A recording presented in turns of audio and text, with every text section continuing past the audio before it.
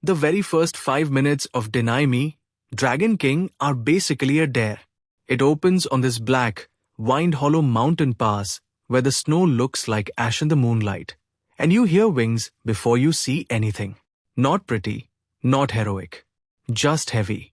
Then a man drops out of the sky like a god who's tired of being worshipped, and the show frames him the way you frame a storm you can't outrun. That's Kale, the Dragon King. And the insane part is the camera doesn't even rush to glamorize him. It lingers on the damage first, burn scar lines at his throat, a tremor in his hand like he's holding back something feral. And then, right when you think you're settling in for a typical dangerous immortal saves random girl setup, Lyra steps into frame with a lantern and absolutely no sense of self-preservation. I knew I was locked in. Welcome back to Flick Flair. If you like your romance messy, your fantasy politics sharper than the swords, and your emotional payoffs earned through suffering, you're in the right place. Soft nudge. If you want more long-form, scene-by-scene drama autopsies like this, hit subscribe. I'm doing full spoilers today, so I'm not tiptoeing around twists, betrayals, who sleeps with who, or what the final does with your heart. You've been warned lovingly. And I have to start with the vibe. This drama is shot like a fever dream that learned discipline. The color palette is all cold silvers and deep ember reds, like the world itself is split between ice and flame and nobody is allowed to be warm for long. The music does this thing where it refuses to tell you what to feel, low throat-singing undercoat scenes, then sudden clean piano notes under intimacy, like the score is trying to keep things human even when the story goes mythic. I loved it. I also have notes. But the first thing I need to say, as someone who's watched a lot of fantasy romances try and fail to make the fated part feel like anything other than a shortcut, this one actually builds the fate out of choices and choices out of wounds. That's why it hits. Here's the core. Lyra is human. Not secretly a princess. Not chosen. She's a mountainside courier and field scribe who makes a living copying contracts and medical recipes because her hands are steady and her memory is ridiculous. Her whole deal is practicality. She's the girl who knows which herbs stop bleeding and which lies stop wars, and she's learned to survive by keeping her head down in a world where dragons are real and their politics can crush villages without even noticing.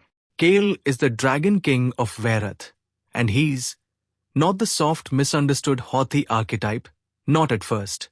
He's regal, yes, but also haunted in a way that doesn't ask for your sympathy. He carries guilt like a crown welded to bone, and the drama makes you feel that weight before it ever asks you to root for him. Now let me walk you through the inciting collision, because it's one of those sequences I can still see when I close my eyes. Lyra is on the pass because she's delivering a sealed packet.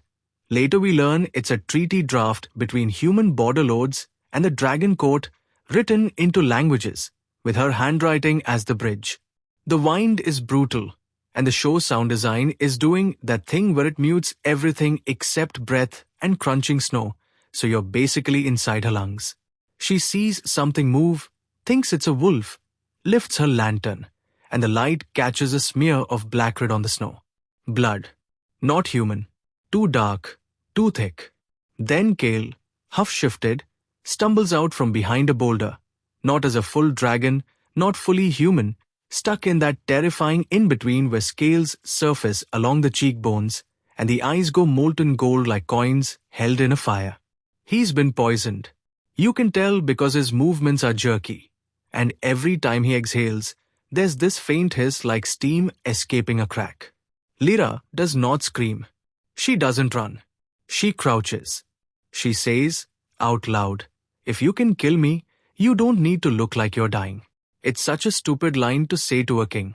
It's also the exact kind of stupid line that saves her life, because it makes him laugh, one sharp, involuntary sound, and the laugh breaks whatever predatory trance he's in. This is where the show immediately earns trust. It doesn't pretend Lyra is fearless. The actress plays it as courage built on terror. Her hand shakes when she reaches for him. Her eyes keep flicking to the tree line. But she still helps. She drags him, literally drags him into an abandoned watch hut used by smugglers, and the set design in there is perfect. Rusted chains, a half-collapsed roof, old ash in the hearth. It smells like cold smoke through the screen. She makes a fire, she cuts his shirt open, and she finds the wound, a small puncture at the ribs with a ring of sickly green. Wyvern venom, which, in this world, isn't just poison. It's a political message. Somebody wanted the Dragon King weak, humiliated, vulnerable enough to be killed by accident. And this is the first rehook moment where the drama leans in and whispers, "You think this is romance?" Watch the power struggle underneath it. Because Kale, even Hufted, tries to command her. He says, "Leave." He doesn't ask. He orders. And Lyra, with soot on her face and blood on her hands, says, "You can't even stand. Your orders don't carry that far." It's not cute banter. It's a boundary being drawn with a shaking voice. The chemistry in that hut scene is insane, but not in the glossy way. It's two people forced into closeness by circumstance, and the show stages their proximity like a negotiation. When she presses the poultice to his side, he flinches. When she ties the cloth, his fingers catch her wrist too hard. When she meets his eyes, there's heat, yes, but also suspicion. The editing gives you these micropauses, half a beat longer on his gaze than usual, a cut to her swallow, a cut back to the fire snapping. It's intimate without being soft. It's the kind of intimacy that feels like touching a blade to see if it's sharp. And then they do the thing everyone talks about, the night. The passionate night in the storyline. But I need to emphasize how the drama handles it, because it could have been cheap. It's not. It's slow, strangely reverent. And it keeps reminding you that both of them are lonely in specific ways. Kale admits, almost casually, that he hasn't slept without armor in years. Lyra admits she's memorized so many other people's words that she sometimes forgets what she sounds like when she speaks for herself. That line hit me harder than I expected, because it's such a writerly kind of sadness, being the person who records history but never gets to be part of it. Visually, the love scene is mostly hands and breath and firelight. There's a shot where Kale's scales flicker just under the skin along his collarbone like embers under paper. Lyra touches it, and he inhales like it hurts and heals at the same time. The score strips down to one instrument, this low-bowed string that sounds like it's vibrating in your ribs. And the morning after isn't played as triumphant. It's played like they both woke up from something they weren't supposed to want. Kale stares at the door like he's already calculating consequences. Lyra looks at her own hands like she's checking if she's still herself. Here's my first contrarian take, and I'm going to say it early because it changes how you read everything. Kale does not use Lyra in that opening. The easy reading is King sleeps with human, discards her, typical. But the show makes it clear Kale is the one who breaks first. He's the one who lets someone see him weak. That matters. His later cruelty isn't a casual discard. It's a panic response from a man whose entire reign is built on never being vulnerable, and who is immediately punished by his own court the moment he is. Because the court finds out. Not right away, but fast. Lyra leaves the hut to fetch more snomas, an herb that binds venom, and when she returns, Kale is gone. No note, just a charred coin on the table, dragon minted, worth more than her entire village. It's not payment. It's a marker, a way for him to prove to himself that what happened was a transaction, because admitting it was something else would destroy him. Then we shift to Veritha's citadel, and oh my god, the production design goes off. The throne room is carved into the mountain like the mountain agreed to be shaped by teeth. Black basalt pillars, gold inlays like veins, banners made of woven scale thread that shimmer when the torches move. And Kale on that throne looks like he's wearing the architecture. The crown is minimal, more like a circlet of obsidian points, and the costume department gives him this long coat with embroidered runes that catch the light like they're alive. He looks untouchable. Which is funny, because we just watched him bleed on splintered wood. Enter the villain machine, Lord Thorn, the court seer, and Princess Seraphine of House Oral. The official match the council wants for Kale. Thorn is one of those characters where the actor smiles with his mouth and never with his eyes. Seraphine is more interesting than a standard jealous rival, and I'll give the drama credit. She's not introduced as a cartoon. She's introduced as a woman raised to believe her worth is political, and she's tired of being polite about it. The first time she speaks to Kale, she doesn't plead. She assesses. She says, "Your scent is wrong." And the camera cuts to Kale's jaw tightening so subtly you almost miss it. Almost. This is where the fake prophecy comes in, and it's such a nasty plot device in the best way. Thorn stages a public divination with smoke and ash bowls in front of the council. He conjures this vision of a mortal moth whose touch will snuff the Dragon King's flame and birth a calamity scaled in grief. Everyone hears it and instantly assumes it's about a human woman. Convenient, right? Convenient for Thorn, who has been quietly building influence with a war faction that wants to break the human treaty. Convenient for Seraphine, whose claim depends on Kale staying within dragon bloodlines. Kale, here's the part that hurt to watch, believes it. Not because he's stupid. Because his entire childhood is trauma trained into superstition. We later learn Kale's mother died because she trusted a human emissary who poisoned her. Kale grew up hearing human used like a curse. So when Thorn hands him a prophecy that says human love equals doom, it slides into the groove of his fear like it was made for it. Which it was.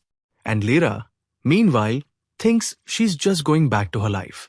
She returns to her village, and the drama gives you this quiet interlude that feels like sunlight through dirty glass. She copies ledgers, she laughs with her friend Nessa, she delivers medicine to an old miner with lung rot. And every so often the show drops in these tiny sensory callbacks, firecrackle, a flash of gold, like her body remembers what her mind is trying to pack away. Then the sickness hits. Not hers. Something else. There's a scene in episode 3 that made my stomach drop, and it's staged with such casual cruelty. Lyra is called to the border keep because a dragon envoy demands the return of stolen treaty documents. She arrives, expecting politics.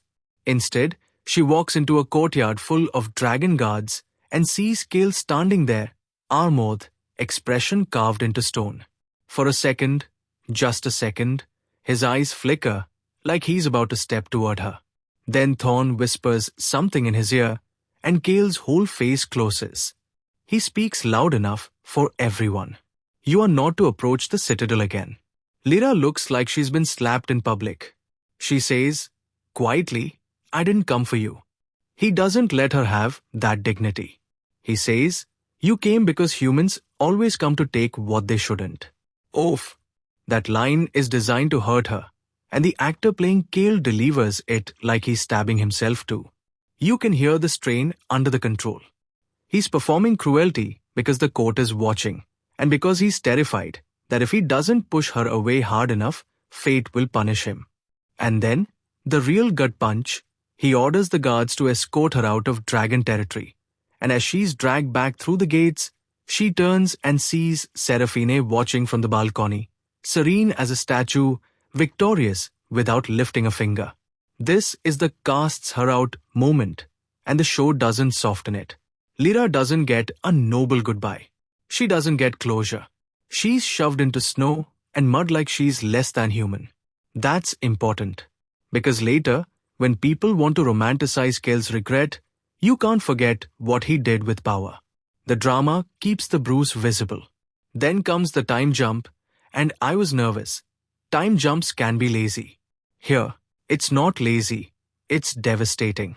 We get this montage of Lyra's life collapsing and rebuilding. She moves to the city of Cindermarket, becomes a healer's assistant, learns to stitch wounds and set bones. The editing uses these match cuts, her tying cloth around Kale's ribs, then years later tying cloth around a child's wrist. The child is Umber. And when Umber is first revealed, It's not a cute baby reveal with glowing music. It's Lyra holding a toddler who is feverish, cheeks flushed, little scales like pearly freckles along her shoulders. Amber's eyes, when they open, are unmistakably Kale's gold. And this is where Deny Me, Dragon King really becomes what it is. Not just a romance, but a family story. A story about what happens after the night, after the banishment, after the fantasy, destiny. Because Lyra doesn't get to be heartbroken in peace. She has a child who is half dragon, which in this world is not a quirky trait. It's a death sentence if the wrong people find out. Humans fear dragons. Dragons despise mixed blood. Lyra spends years hiding Amber's scales with herbal salves, teaching her to keep her eyes down, teaching her to say, "My father is dead," like it's a prayer that keeps them safe. And the show is not shy about how hard that is. There's a scene where Amber is about 6, and she's in bed, and her fever is so high that wisps of smoke curl from her nostrils when she breathes. Lyra panics, runs for water, and when she comes back, the bed sheets have singed in a perfect oval around Amber's body. Not on purpose, just her blood reacting. Lyra sits on the floor and laughs once, this cracked, hysterical laugh. And then she starts crying.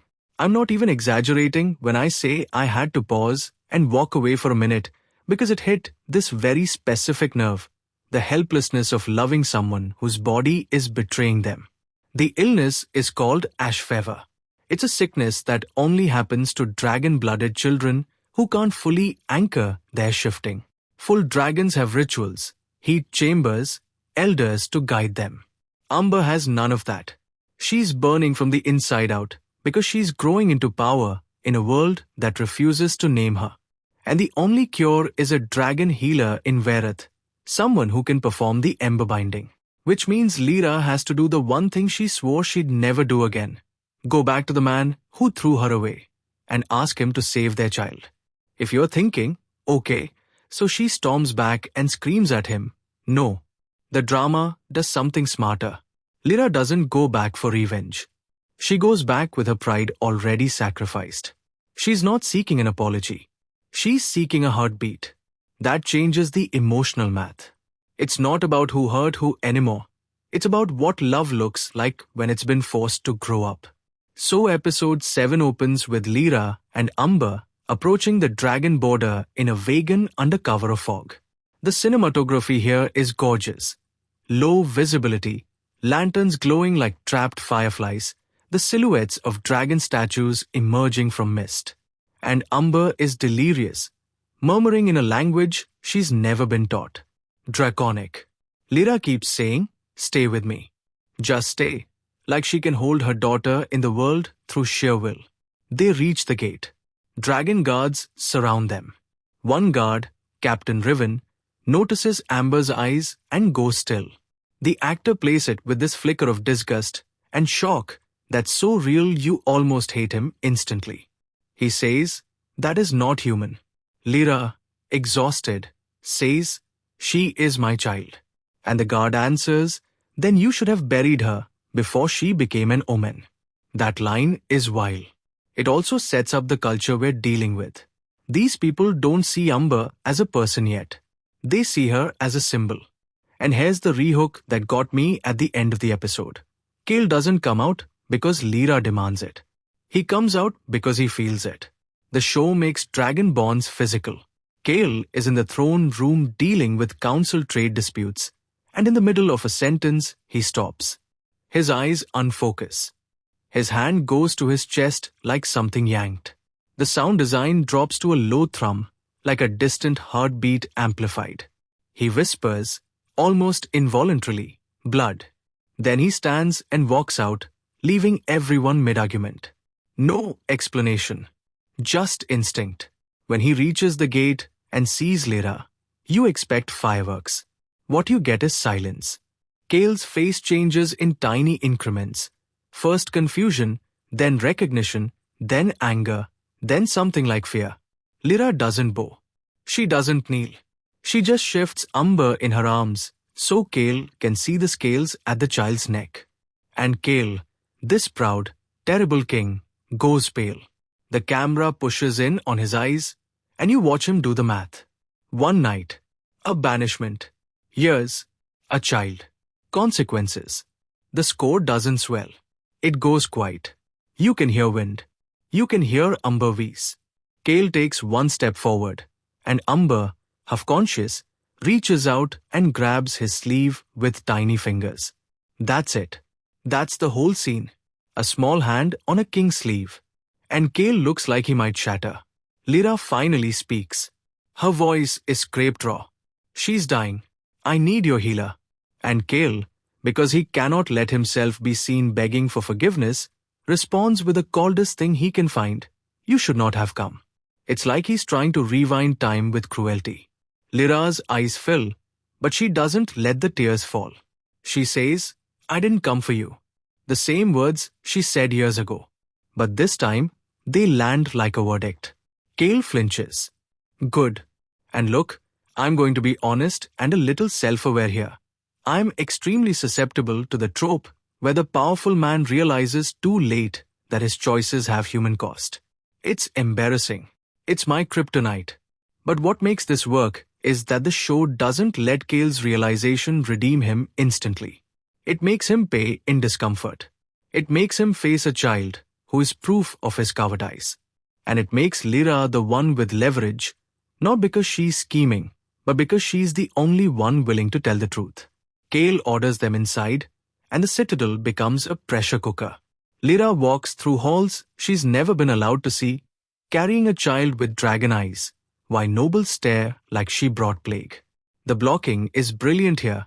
Lyra is always framed slightly off-center, like the world refuses to place her properly. Umber is always held close to Lyra's chest, the only warm thing in these cold stone corridors. Servants whisper. Seraphine appears at the top of a staircase in a dress that looks like molten gold, and she smiles like she's already decided Lyra is a problem to be removed. And if you think the main conflict is just Kale chooses Lyra or Seraphine, I promise you, that's the shallow version. The real conflict is, can Kale become a father and a partner without turning love into control? Can Lyra accept help without surrendering her dignity?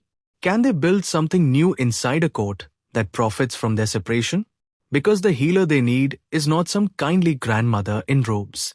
It's Master Erinda, Kale's uncle by oath, the royal Emberite, and he's introduced in this underground chamber lit by lava channels, where the air shimmers with heat. Erinda takes one look at Umber and says, this child is unanchored. She will burn until her bones remember what they are. Then he looks at Kale and says, and you let her grow without a name. Kale, for once, has no answer. He just stands there, jaw clenched, taking the hit. Erinda agrees to attempt ember binding, but there's a condition. It requires both parents' blood. Lyra has to cut her palm and press it to Amber's chest.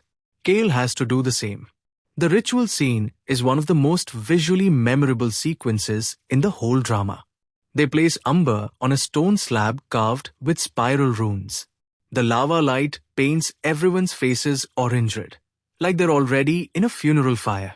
The score introduces this choral line that sounds ancient, almost accusatory. And when Lyra's blood touches Amber's skin, the runes flare white. When Kale's blood touches, they flare gold, and the room shakes like the mountain is breathing. Umber convulses, and Lyra cries out, not a pretty cry, a guttural one. Kale reaches for Lyra automatically, then stops himself, like he's not allowed. Then Amber's eyes open fully gold, and she inhales. And for the first time her breath is not smoke. It's just breath. Relief floods Lyra so fast she almost collapses. Kale exhales like he's been holding his breath for 7 years. But of course the show doesn't let the relief last. Because the second Erinda confirms Amber's parentage in front of witnesses, the political machine starts sharpening knives. Thorn watches from the shadows with a smile that doesn't belong on a face. Seraphine's expression goes tight, then smooth, like she's swallowing fury and turning it into strategy. And that's where the drama's middle stretch really starts to flex. Because now every scene has a double meaning. A family is forming in one corner, and a coup is forming in the other, and they're on a collision course. Kale gives Lyra and Umber rooms in the East Wing, the rooms used for royal consorts. That choice is both protective and incendiary. Protective because it places them under royal guard. Incendiary because it's a public statement. Lyra hates it. She tells him, "I am not your consort." Kale answers, "You are under my roof. You will be safe." And Lyra snaps, "Safety that depends on your mood is not safety." I loved her for that. It's such a clean line, and it's delivered without melodrama. Just truth. And Kale, to the drama's credit, doesn't immediately become soft boy. He argues. He bristles. He tries to default to king mode. He says, "You do not understand what my enemies will do." Lyra counters, "I understand exactly what men with power do. You already did it to me." Silence. He can't outrank that sentence. Now let's talk about Umber, because child characters can wreck a show if they're written as props. Umber isn't a prop. She's a person with opinions, fear, humor. She's suspicious of Kale. She calls him the big stranger. When Kale tries to give her a jeweled toy dragon, she bites it. I laughed. I'm sorry. It was such a perfect beat of child logic. Shiny thing? Beat test. Kale just stares at the toy like it betrayed him. But then there's this quiet scene, no big music, no court drama, where Umber wakes from a nightmare and wanders into the hallway. She's barefoot on cold stone. The camera follows her at knee level, making the citadel feel gigantic and hostile. She hears voices, follows them, and finds Kale alone in a practice chamber. Not training, just standing there with his hand over a brazier, letting flame lick his skin without burning, regulating his heat, managing himself. Umber watches, fascinated. Kale senses her and turns sharply, ready to bark an order. And then he sees it's her. His whole posture changes, like his body doesn't know what shape to take around a child. Umber whispers, "Are you fire?" Kale answers, very softly, "I carry it." Umber thinks for a long time, then says, "My fire hurts." Kale's face tightens like someone punched him from the inside. He kneels, slowly, like kneeling is unfamiliar. He says, "It shouldn't." Umber takes a step closer. "Will you make it stop?" And Kale, for the first time, promises something as a person, not a king. Yes. The way he says it is reckless. Absolute. Like he'll burn the world to keep that promise. And honestly, that's the Kale I signed up for. If you're waiting for the romance to reignite, it does, but the show keeps it complicated. Lyra and Kale don't immediately fall into each other. They circle. They snipe. They cooperate for Umber. And in the gaps, when Lyra is washing blood out of Amber's nightdress, when Kale is signing decrees at 3 a.m., you feel the magnetic pull. There's this scene where Lyra is in the healing chamber grinding herbs, and Kale walks in silently. He watches her for a moment, then says, "You learned the old method." Lyra doesn't look up. "I had to." Kale says, "You should never have had to."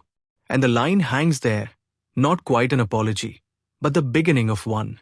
Lyra finally looks at him and says, "I asked you to see me as human. You saw prophecy instead." Kale's throat works like he's swallowing something sharp. He says, "I was afraid." Lyra replies, "So was I. I didn't punish you for it." That exchange is everything the drama is about. Not fate, not kings, accountability. And while all this emotional rebuilding is happening, Thorn is quietly turning the court into a weapon. He spreads the idea that Umber is the calamity scaled in grief. He leaks information to human border lords to provoke fear. He pushes Seraphine toward desperation by implying Kale will legitimize Lyra and break the betrothal. Seraphine, and this is where she becomes interesting, doesn't just lash out like a stereotype. She goes to Lyra alone. Their first private conversation happens in a greenhouse filled with heat-loving plants, dragon orchids that look like flames frozen mid-dance. Seraphine says, "You've brought a bastard into my house." Lyra answers, "It isn't your house." Seraphine smiles, thin. "Everything here becomes mine when I marry him." Lyra finally turns and says, "Then marry him. I didn't come for his throne." Seraphine's eyes flick to Amber's bracelet, woven cord hiding tiny scales. And she says, almost gently, "You came for his blood. Don't pretend you're innocent." And Lyra doesn't slap her, doesn't scream. She just says, "Innocent isn't the word. Alive is." That's such a Lyra line. Practical, brutal, human. Here's another rehook that I think separates casual viewers from people who get obsessed. The show makes you wonder who the real antagonist is. Is it Thorn with his fake prophecy? Is it Seraphine with her entitlement? Or is it Kale's fear wearing the mask of duty? Because the drama keeps proving that the worst damage isn't done by enemies. It's done by the person you wanted to trust. By episode 9, Kale has begun to publicly unravel the prophecy's hold on him. He challenges Thorn in council, asking for the original source of the vision. Thorn performs innocence, claims the flames speak only in symbols. Kale demands a second reading with Erinda present. Thorn refuses, citing sacred protocol. That refusal is basically a confession, but politics are theater, so nobody says it out loud. Instead, Seraphine proposes a trial of purity for Amber, disguised as tradition, really an attempt to expose her as dangerous. Kale, furious, rejects it publicly, which is the first time he chooses his child over his court. It's also the first time the court truly turns on him. And let me just say, the actor playing Kale absolutely eats in these council scenes. He doesn't do shouting king. He does quiet manners.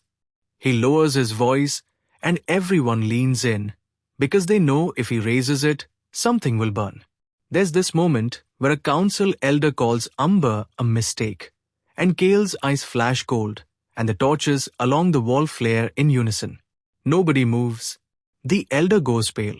Kale says, evenly, "Speak of my daughter again, and you will learn what a mistake feels like." I got chills. I'm not proud. I got chills. Lyra's arc in this stretch is equally satisfying because she refuses to become a kept woman. She starts working in the Citadel infirmary, not as a favor, but because she sees servants with untreated burns and soldiers with festering wounds. She earns respect the hard way. There's a great montage where she corrects arrogant dragon medics, earns their grudging admiration, and slowly becomes indispensable. The drama uses her work to ground the fantasy in flesh. Because dragons aren't just magic, they're bodies. Bodies that bleed. Bodies that need care. Lyra is the one person in the Citadel who treats everyone like they're breakable, including the king. And then, just when you think the story is settling into a will they, won't they, but with cute co-parenting groove, the show drops the hidden blood ties twist that recontextualizes everything. And it does it in a way that feels inevitable in hindsight. It starts with Amber drawing. She's in Lyra's room, recovering, and she takes charcoal and sketches a spiral symbol on the floor. It's not a child's scribble. It's precise. It matches the runes in the ember binding chamber. Lyra freezes. She asks, "Where did you see that?" Amber answers, "In my head. When I sleep, there's a lady with silver hair and she sings it." Lyra goes cold because her mother, Lyra's mother, had silver hair. Lyra always believed her mother was just a wandering midwife who died when Lyra was young. But the show has been quietly planting details. Lyra's unusual tolerance to dragon heat, the way her blood activated runes alongside Kale's, the fact that the venom didn't kill Kale when Lyra's poultice touched it. Lyra goes to the Citadel archives, and this is one of my favorite sequences because it turns research into suspense. Dust motes in torchlight, parchment cracking like old skin, the sound of pages turning louder than it should be. She finds a sealed record of the Silver Concord, an ancient treaty between dragons and a human line known as the Ashborn, humans with dormant dragon blood, used as mediators, then erased when they became inconvenient. The last recorded Ashborn woman was named Iloan. Silver hair. Midwife. vanished. Lyra realizes her mother wasn't a nobody. Her mother was hidden, protected, or hunted. And when Kale learns this, his reaction is not romantic. It's political panic. Because if Lyra is Ashborn, then Umber isn't an accident. She's a convergence. A symbol powerful enough to start a war or end one. Kale tells Lyra, "You should have told me." Lyra laughs. One short, bitter sound. "Told you what?" "I didn't know. I was busy surviving the life you threw me into." That fight scene between them in the archive corridor is raw. No music, just voices echoing off stone. Kale says, "Do you understand what they will do to you if they learn you carry that blood?" Lyra steps closer and says, "They already did it. You were just the first one." And that's where I'm going to stop for now, because the next sequence, where Thorn makes his move and Seraphine decides what kind of villain she wants to be, spirals into one of the most vicious mid-season turns I've seen in a romance fantasy in a while. And it deserves to be told with the attention it earns, especially the way the show uses firelight and silence to turn a family dinner into a battlefield where nobody is allowed to draw a sword, but everyone bleeds anyway. Bleeds anyway. Because episode 10 takes this almost domestic setup we've been craving, Kale, Lyra, Umber, all in one room with food on the table, and turns it into an interrogation conducted with smiles. The dinner is staged in the Solaris Hall, which is basically the Citadel's way of pretending it can do warmth. The walls are hung with these translucent drake silk curtains that ripple when heat vents from the floor grates, so the whole room looks like it's breathing. The table is obsidian polished to mirror shine. Every candle flame leans slightly toward Kale, like the fire itself is loyal. And the costuming tells you exactly who's armed and who's exposed. Kale in ceremonial black with gold throat clasps. Lyra in simple grey linen that makes her look like she wandered into the wrong story on purpose. Umber in a little high-collared dress with dragon thread stitching to hide the scale patches at her shoulders. Seraphine, of course, is in a gown that shimmers like coin, the kind of dress that announces, "I am the future you are supposed to choose." And the dialogue here is so deceptively polite, it's almost a horror scene. Council elders make toasts that are actually threats. Thorn sits 2 seats away from Kale, calm as a priest. Erinda watches everything with that quiet disappointment of someone who's seen too many kings make the same mistake in different centuries. Umber pokes at her food like she doesn't trust it. Smart kid. And Lyra is hyper-aware of every inhale, like her body remembers being publicly thrown out, and it refuses to relax in public again. Here's the first thing the show does that I adored. It lets Lyra be outclassed socially without making her stupid. She doesn't know the ritual phrases. She doesn't know when you're supposed to set your cup down. She does know how to read a room. She hears the way the elders say, "child," like they mean weapon, and her jaw tightens. Seraphine asks, brightly, does she breathe smoke when she's upset? Like she's discussing a pet. Lyra's smile doesn't reach her eyes. She breathes smoke when she's sick. When she's upset, she bites. Umber, on cue, bites a piece of bread like it owes her money. I laughed, and also loved that the show gave Lyra a moment of sharp humor without turning her into quippy Marvel dialogue. It felt like a mother's dry survival humor. If you don't laugh, you'll scream. Kale tries to keep it calm. He keeps redirecting. He keeps choosing diplomacy. And it almost works until one elder, Elder Varric, the one with scar tissue like melted wax on his chin, says, "A mixed blood cannot be legitimized.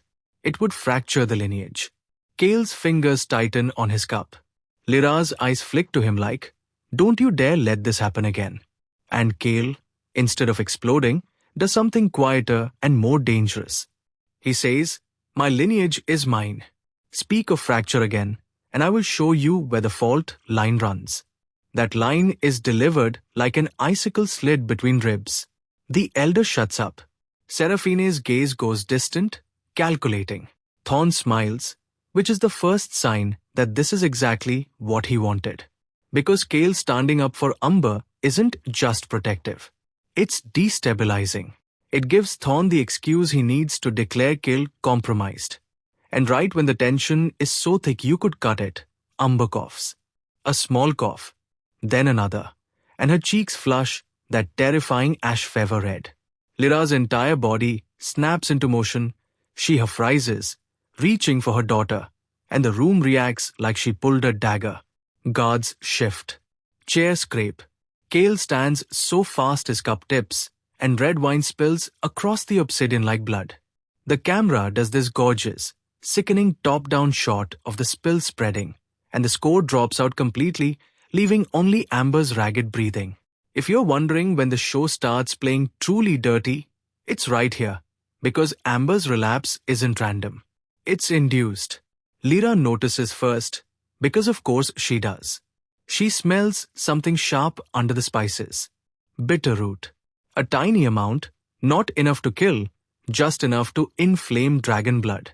She looks at the food, then at the servants, then at Seraphine. And something in Seraphine's expression gives it away. Not guilt, not panic. Satisfaction. The kind of satisfaction that says, I have leverage now. Lyra scoops Umber up and bolts. And the scene becomes this frantic run through corridors lit by flame sconces that suddenly feel like they're watching. The camera goes handheld, shaky but controlled, like the show wants your pulse to sync with Lyra's. Kale follows, barking orders. But he's a step behind, because kings are used to people clearing paths for them, and Lyra is used to making her own. She gets Umber to the infirmary, slams the door, and demands an antidote. This is where Seraphine surprises me, and I mean that genuinely, because she shows up, alone, and instead of playing innocent, she says it wasn't meant to be fatal. Lyra whips around like she might actually throw something. You poisoned my child. Seraphine replies, I dosed her, as if euphemism is a shield. Kale arrives behind Seraphine, and the way he looks at her is pure disbelief. Not heartbreak. Not romantic betrayal. Disbelief that someone raised in this court could be that cruel in a room full of people and still believe she's righteous. And Seraphine, here's the thing, doesn't fold. She says, if she can be harmed by a pinch of bitter root, she is a danger to the throne. We need to know what she is. Lyra says, voice shaking, she is a child. Seraphine shoots back. So were we, once, and did that stop this court from shaping us into tools? That's the moment where Deny Me, Dragon King stops being just evil rival woman and starts being, oh, you are another victim of this machine. A dangerous one, but a victim. Seraphine is telling the truth about the court even as she commits violence inside it. It's twisted. It's compelling.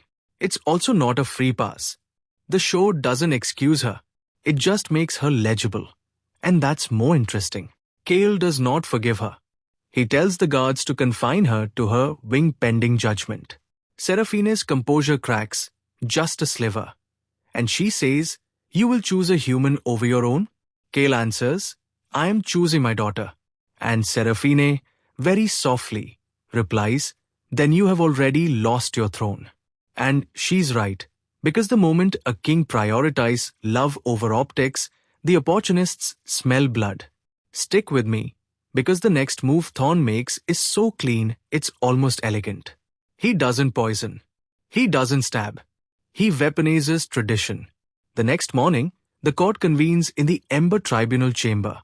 This circular hall with a brazier at its center, so massive it looks like the mouth of a volcano. Heat waves blur the edges of the set. Every step echoes. Thorn proposes invoking the right of severance, an ancient law that allows the council to temporarily strip the king of authority if he is enchanted, bewitched, or bound by foreign blood.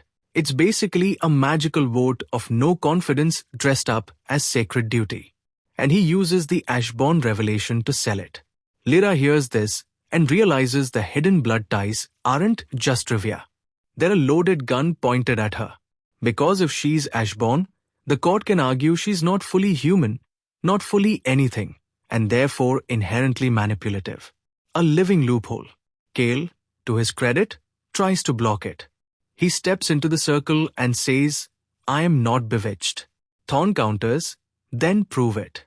Deny her. He says Lyra's name like it's poison. Deny the mortal moth. Deny the calamity. And the show lingers on Kell's face for a painfully long beat. The whole room is waiting for a sentence. Lyra is standing at the edge with Umber in her arms. And the way Lyra's shoulders brace is, God, it's brutal. It's not just fear of losing Kell. It's the muscle memory of being thrown out, the anticipatory flinch of someone who has been humiliated by power before. Kell's mouth opens. He could say, I deny her, and by political safety at the cost of his soul.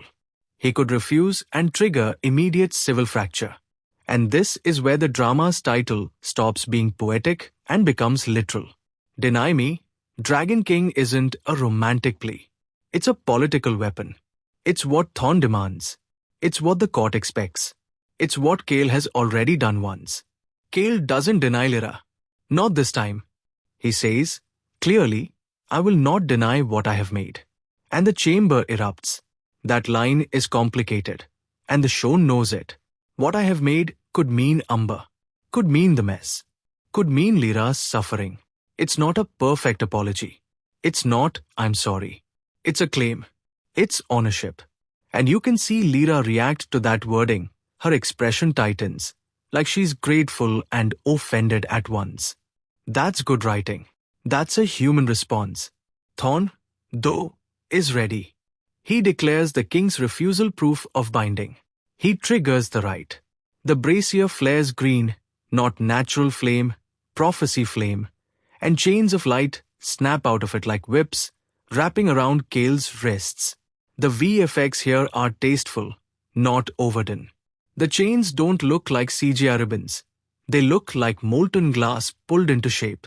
Kell strains, muscles trembling, and you realize, oh, this rite isn't symbolic. It's a restraint spell built into the law. The court literally has a magic leash for their king. And Lyra, because she's Lyra, doesn't just stand there crying. She moves. She shoves through nobles, screaming for Erinda. Guards grab her. Umber starts to cry, this thin, terrified sound, and her eyes flash cold. The chamber heats. Flames lick along the floor grooves. Everyone panics because half-dragon children don't cry like humans. They cry like sparks. If you needed a sign that the stakes just escalated from romance to war, that's it. Erinda intervenes. He slams his staff into the floor, and the flames settle. He says the rite is being misused. Thorn counters with scripture. Kell, bound, growls, you will burn for this. Thorn replies, kings do not burn without permission. That line made me actually whisper, oh my God, at my screen, which is always my litmus test for whether a drama is hitting me in the chest or just entertaining my eyes. And here comes a rehook that the show lands with sick precision. The fake prophecy is not just fake. It's copied. Lyra, desperate, remembers the spiral rune Umber drew. She remembers the archive record. She realizes the prophecy wording matches an older Ashbourne text, a lament written centuries ago about a dragon king who denied his human mate and cursed his own bloodline. Thorn didn't see the future. He plagiarized a tragedy and presented it as destiny. The show has Lyra say it out loud in the tribunal chamber, voice ringing. That prophecy is a story. It already happened. You're forcing him to reenact it. And the room goes still. Even the elders flinch, because dragons, in this world, fear repetition. They believe history is a beast that hunts in cycles. Thorn's expression doesn't change. He just says, and do you think you are the exception? Which is a brilliant villain line because it's both taunt and thesis. The drama is genuinely asking, can these people break the pattern? Or are they doomed to play out the same pain with different costumes? Kell is stripped of authority for 7 days under the rite. 7 days, in story terms, is forever. Thorn becomes acting regent. Seraphine, confined, starts making calls through servants anyway because she's not stupid and she's not powerless. She's just temporarily caged. Lyra is ordered to remain in the citadel for Amber's treatment, which is a polite way of saying hostage. And Amber, poor baby, is still fragile, still recovering, and now her existence is the centerpiece of a political coup. From here, the show does something that kept me glued. It becomes a thriller without losing the romance heartbeat. Its letters slipped into bread loaves. Its servants bribed with heat stones. Its whispered alliances in the bathhouse team. It's also, unexpectedly, Kay learning what it feels like to be powerless, while the woman he hurt is the one trying to save him. Kale is confined to the volcanic sanctum, a chamber beneath the citadel where kings meditate when they're too dangerous. The set is insane, black rock, glowing fissures, iron rings bolted into the wall that look like they've held monsters before. The sound is a constant low rumble, like the mountain's stomach. And Kale, alone, chained, starts to crack. There's this mini scene I need to retell properly because it's the emotional spine of the mid-season for me. Lyra sneaks in with Erinda's help. Erinda basically commits treason for love of family, and I respect that man. And she finds Kale sitting on the floor with his head against the wall, chains slack but present. He doesn't look up when she enters. He says, without turning, "If you came to watch, you're late. I already broke." Lyra steps closer, lantern shaking in her hand. The light paints Kale's face in bands, half in shadow, half in gold. His hair is damp with sweat. His skin has that faint scale flicker like his body wants to shift but can't. Lyra says, very quietly, "Amber asked for you." Kale laughs, bitter. She doesn't know what she's asking. Lyra replies, "Neither did I." And then she does the bravest thing she's done in the entire drama. She apologizes. Not for existing, not for coming back. She says, "I'm sorry I didn't tell you sooner." Kale's head snaps up. His eyes are wet. He says, "You owed me nothing." Lyra answers, "I owed Amber everything. And I didn't want her to grow up thinking secrets are love." That line hits so hard because it's the show speaking through Lyra. Secrecy is not romance. It's fear dressed up as protection. And Kale, in that moment, finally says the words he's been avoiding for 10 episodes. "I'm sorry." He doesn't say it loudly. He says it like it costs him blood. "I'm sorry I threw you out. I'm sorry I made you survive alone. I'm sorry I listened to a lie because it was easier than trusting you." Lyra doesn't forgive him on the spot. Thank God. She just nods once, like she's acknowledging receipt of a debt payment that doesn't cover the full amount. She says, "Then help me now. Help me keep her alive." Kale leans forward until his forehead almost touches hers through the gap in the chains. He whispers, "I will." And for the first time, that promise doesn't feel like a king's threat. It feels like a father's vow. I'm going to admit something personal here, because this drama got me in a way I didn't expect. I have a thing about apologies in fiction. Most shows either skip them or make them performative. This one lets the apology be ugly and late and insufficient and still necessary. It doesn't fix everything. It just stops the bleeding from getting worse. And that felt weirdly healing to watch, which is not a word I use lightly for a show that also features magical coup chains. Now, while Lyra is doing emotional surgery on the Dragon King in a lava dungeon, Thorn is doing actual surgery on the kingdom. He calls for the culling of Ashbourne records, which is basically the destruction of any archive that could prove Lyra's lineage and undermine his prophecy narrative. He raids the library. He burns scrolls. The scene is shot like a funeral. Flames reflecting in ink, parchment curling like dead leaves. Lyra sees the smoke from a tower window and understands that knowledge is being erased again, the same way it was erased centuries ago. That's when she stops thinking like a victim and starts thinking like a strategist. Lyra's friend Nessa returns here, and I cheered because Nessa is that rare side character who actually matters. Nessa has been working as a spice trader, which means she's been moving between human and dragon territories under everyone's noses.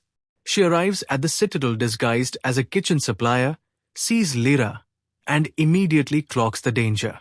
Nessa's personality is all sharp edges and loyalty. She says, I leave you alone for 7 years, and you get yourself imprisoned by dragons again. Do you collect bad decisions? Lyra, exhausted, says, only the expensive ones.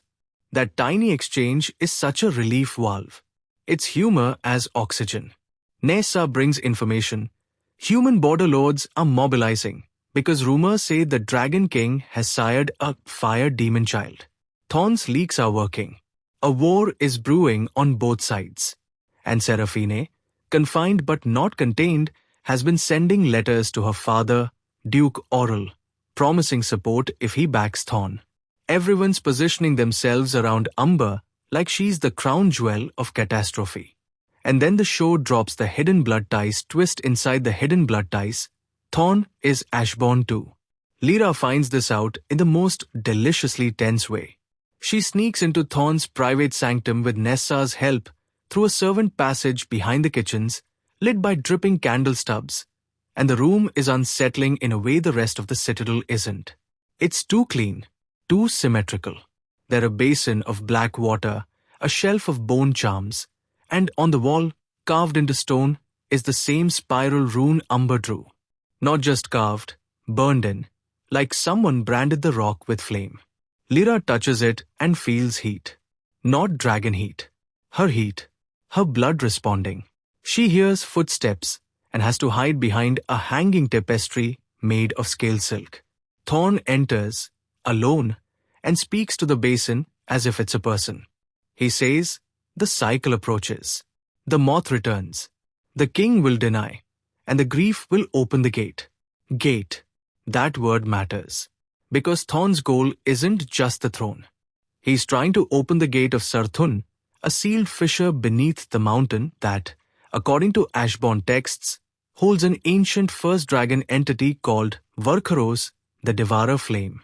The Ashborn used to serve as keepers of that seal, mediators between dragon fire and human flesh. Thorn wants to break it.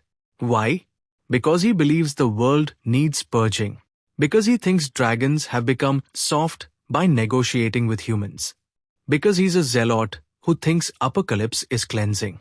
And the show makes him terrifying not by giving him big speeches, but by giving him calm certainty. He believes he's saving the world by ending it. That's the vibe. That's the danger. Lyra escapes with this knowledge, but not before Thorn senses something. He pauses, tilts his head like an animal catching scent, and says, softly, Ashborn. Lyra holds her breath behind the tapestry, and the camera stays on her face as sweat beads at her hairline. It's so intimate it feels invasive. Thorn steps closer, fingertips brushing the fabric, and then, at the last second, he turns away, satisfied. He whispers, soon.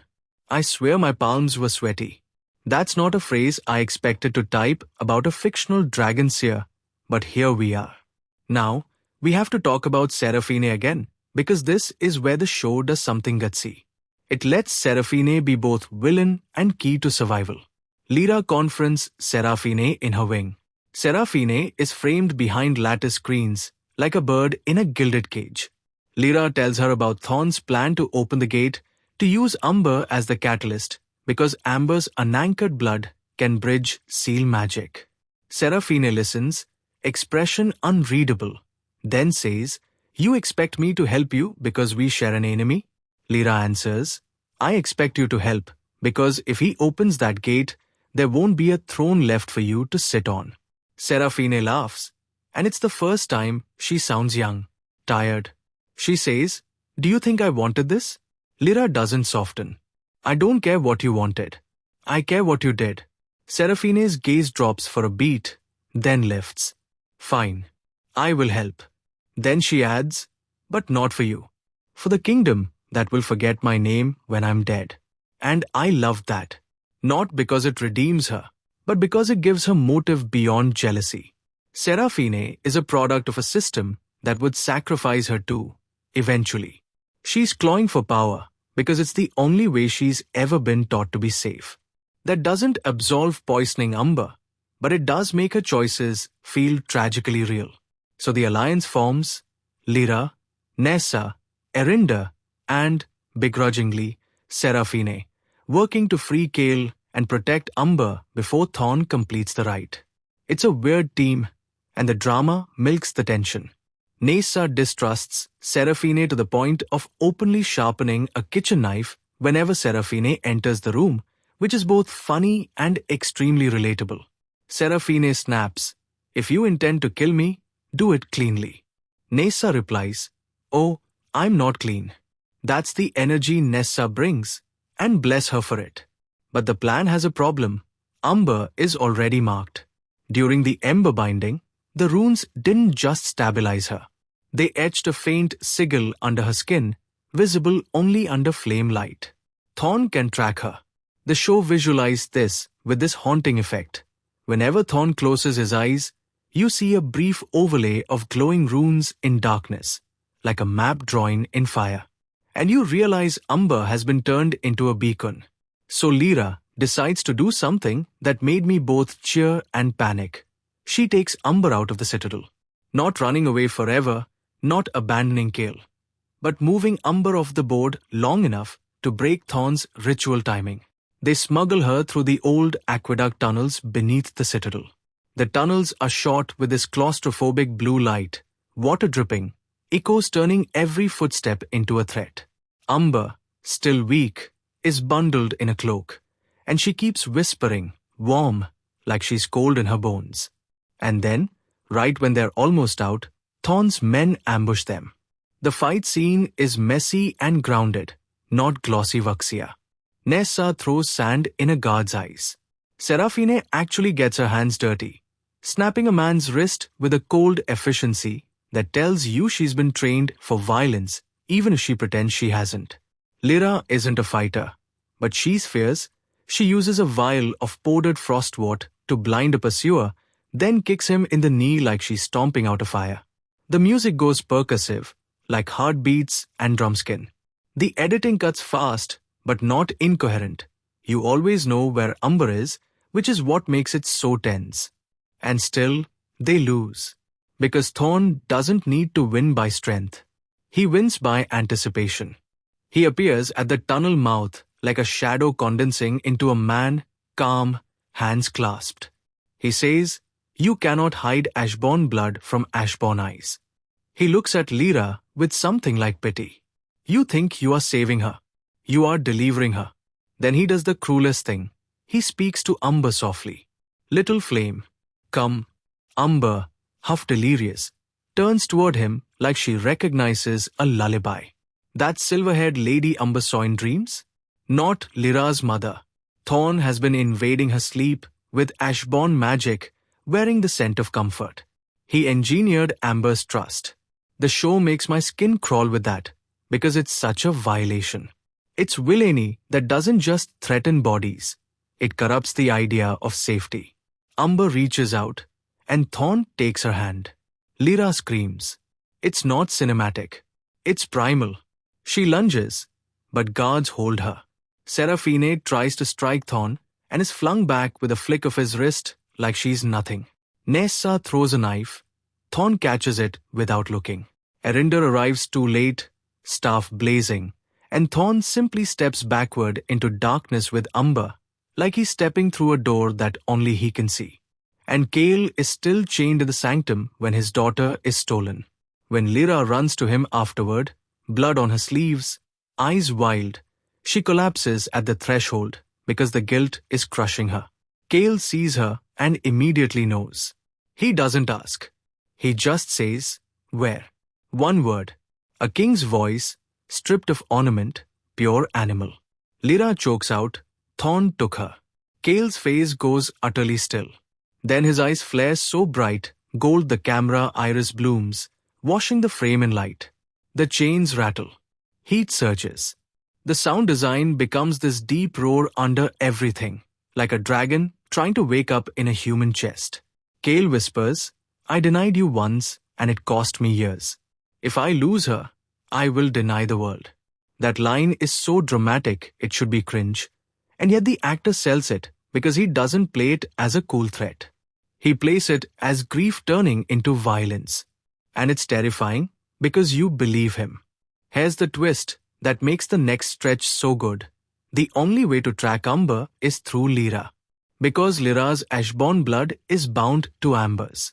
Erinder explains it in one of those laudanum scenes that actually works because it's delivered like a diagnosis, not exposition. He says Ashbourne lines were crafted. Yes, crafted, like a spell written into flesh to resonate with dragon fire. That resonance is what activates the seal runes. Thorn needs a triad: the Dragon King's blood, the Ashbourne mother's blood, and the child's unanchored flame. He's not just kidnapping Umber. He's baiting Lyra and Kale into coming to the gate. So the rescue mission isn't just a rescue. It's a trap with a countdown. And Kale's 7-day severance? It's day 6. This is where the pacing of the drama gets almost breathless. And I mean that as praise. The episodes stop feeling like chapters and start feeling like a single long night. Kale has to be freed from the right chains before he can fight Thorn. But freeing him requires breaking the law magic embedded in the brazier. Erinder knows how, but it requires a sacrifice. Someone has to take Kale's place in the binding, even temporarily, to keep the right from snapping back and killing him. Lyra volunteers instantly. Nessa says, absolutely not. Seraphine, unexpectedly, says, I will do it. Everyone turns. Seraphine lifts her chin and adds, I poisoned a child to prove a point. Let me pay for it. It's the first time she says anything resembling remorse without dressing it in politics. And Lyra, after a long beat, nods. Not forgiveness. Permission. So Seraphine steps into the tribunal chamber at night when the brazier is dim, guarded by 2 sleepy sentries they bribe. The scene is lit by ember glow and moonlight through high vents. It looks like a cathedral for fire. Erinder draws the counter runes. Lyra stands at the edge, holding Kale's signet ring, the symbol of authority that's been stripped. Nessa keeps watch, knife in hand, muttering prayers she pretends she doesn't believe in. Erinder chants. The brazier ignites green again. The chains lash out, seeking Kale. Erinder redirects them, and they wrap around Seraphine's wrists instead. The actress playing Seraphine deserves flowers for this moment. She doesn't scream. She inhales sharply, eyes watering, and forces herself to stand still as the magic bites into her skin. Her posture stays regal even as she's being punished. And in that, you see the tragedy of her life. She's been trained to endure pain silently because weakness is political death. Kale is dragged into the chamber next, still chained from the sanctum. Erinder uses Seraphine's binding to loosen Kale's. The chains on Kale fade from molten glass to smoke, then vanish. Kale stumbles, free, and for a second, he just stands there like a man who forgot what unbound air feels like. Lyra steps forward, and Kale reaches for her. He stops himself halfway, old habit. And Lyra, this time, closes the distance. She grips his forearm and says, Go. Kale's eyes flick to Seraphine bound at the brazier, and you can see the conflict, gratitude, guilt, history. Seraphine meets his gaze and says, through clenched teeth, bring the child back. That is your penance, not mine. Kale nods once. Then he turns to Lyra and says, stay behind me. Lyra replies, try and make me. And Kale, despite everything, lets out this tiny breath of a laugh. It's so quick you almost miss it. But it's there. They're remembering how to be real with each other, even as the world is on fire. If you're not fully locked in by this point, the next scene is the one that seals it. The flight. Kale takes Lyra to the Eyrie, a windswept cliffside platform where dragons launch. The night sky is bruised purple. Stars look sharp enough to cut. Kale strips off his ceremonial coat, revealing a body mapped with scars, then shifts. And the show does shifting better than most big-budget fantasies I've seen lately. It's not a flash and done. It's bone and heat and struggle. His spine arches. Scales ripple up like a tide. Wings unfurl with a sound like sails snapping in a storm.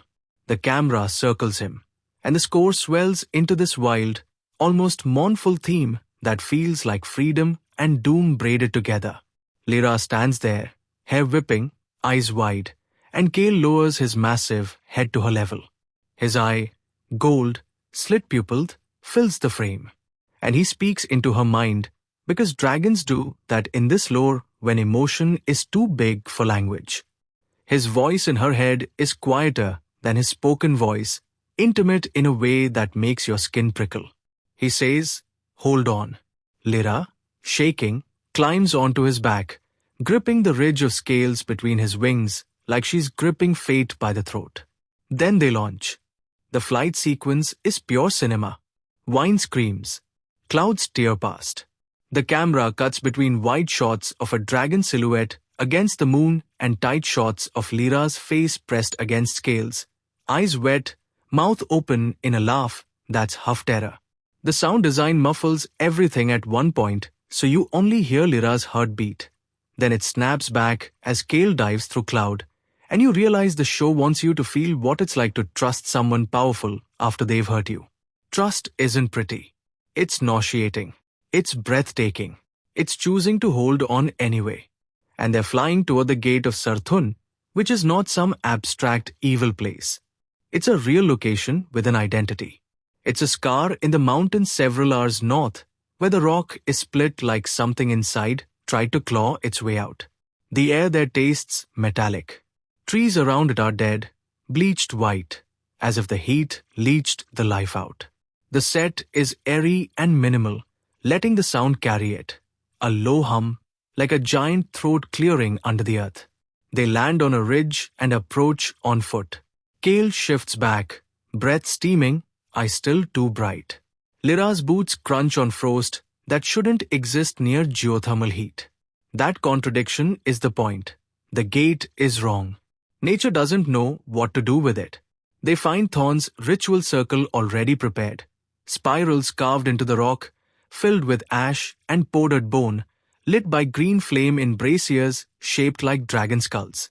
Umber is at the center, bound not with rope, but with light, thin bands that shimmer like spider silk. She's conscious, terrified, tears cutting tracks through soot on her cheeks. When she sees Lyra, she whispers, "Mama." Lyra starts forward, but Kale grabs her wrist, gentle and firm. He says, "Lo, wait." He wants you to step into the circle. Thorn emerges from the shadows, bearing a ceremonial mantle made of stitched scroll fragments, literal stolen history draped on his body. That costume choice is so on the nose, and yet it works because it's grotesque. He says, "Welcome." The family arrives. He looks at Kale and smiles. "Did you deny her again to save your throne?" Kale's voice is a growl. "I denied nothing, and I will end you." Thorn's reply is chillingly calm. "You will end me after you end yourself." That is how cycles work.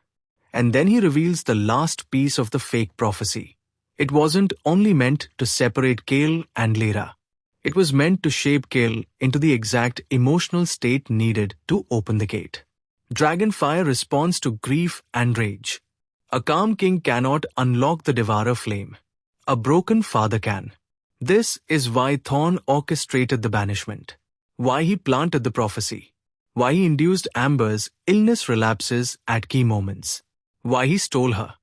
He wasn't trying to prevent calamity. He was cultivating it like a garden. Lyra realizes it, and, in one of my favorite choices of the entire series, she does the opposite of what the genre expects. She doesn't scream. She doesn't beg. She doesn't collapse into Kale's arms.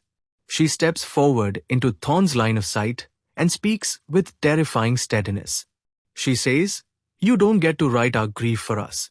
Thorn tilts his head. "Then write it differently." He gestures to the circle. "Step in. Offer your ashborn blood freely, and the child lives. Resist, and the gate opens anyway. You will simply watch her burn as the seal breaks." Kale lunges, but the ground erupts with green flame, forming a barrier. Thorn's magic isn't dragon magic. It's older, parasitic, built on stolen agreements. Kale slams his fist into the barrier and recoils as it sears him. Lyra grabs his hand, and the shot lingers on their intertwined fingers, skin blistering together. It's intimate and horrific. Love as pain. And here's the rehook that made me sit forward. Umber speaks. She looks at Kale through the barrier and says, in perfect draconic, "Father." First time. She's never said it before. The word hits Kale like a spear. His face crumples. Lyra's breath catches. Umber continues, voice small but clear, "Don't burn. I'm sorry. I'm getting emotional again just thinking about it." Because that is the moment Kale's arc pivots.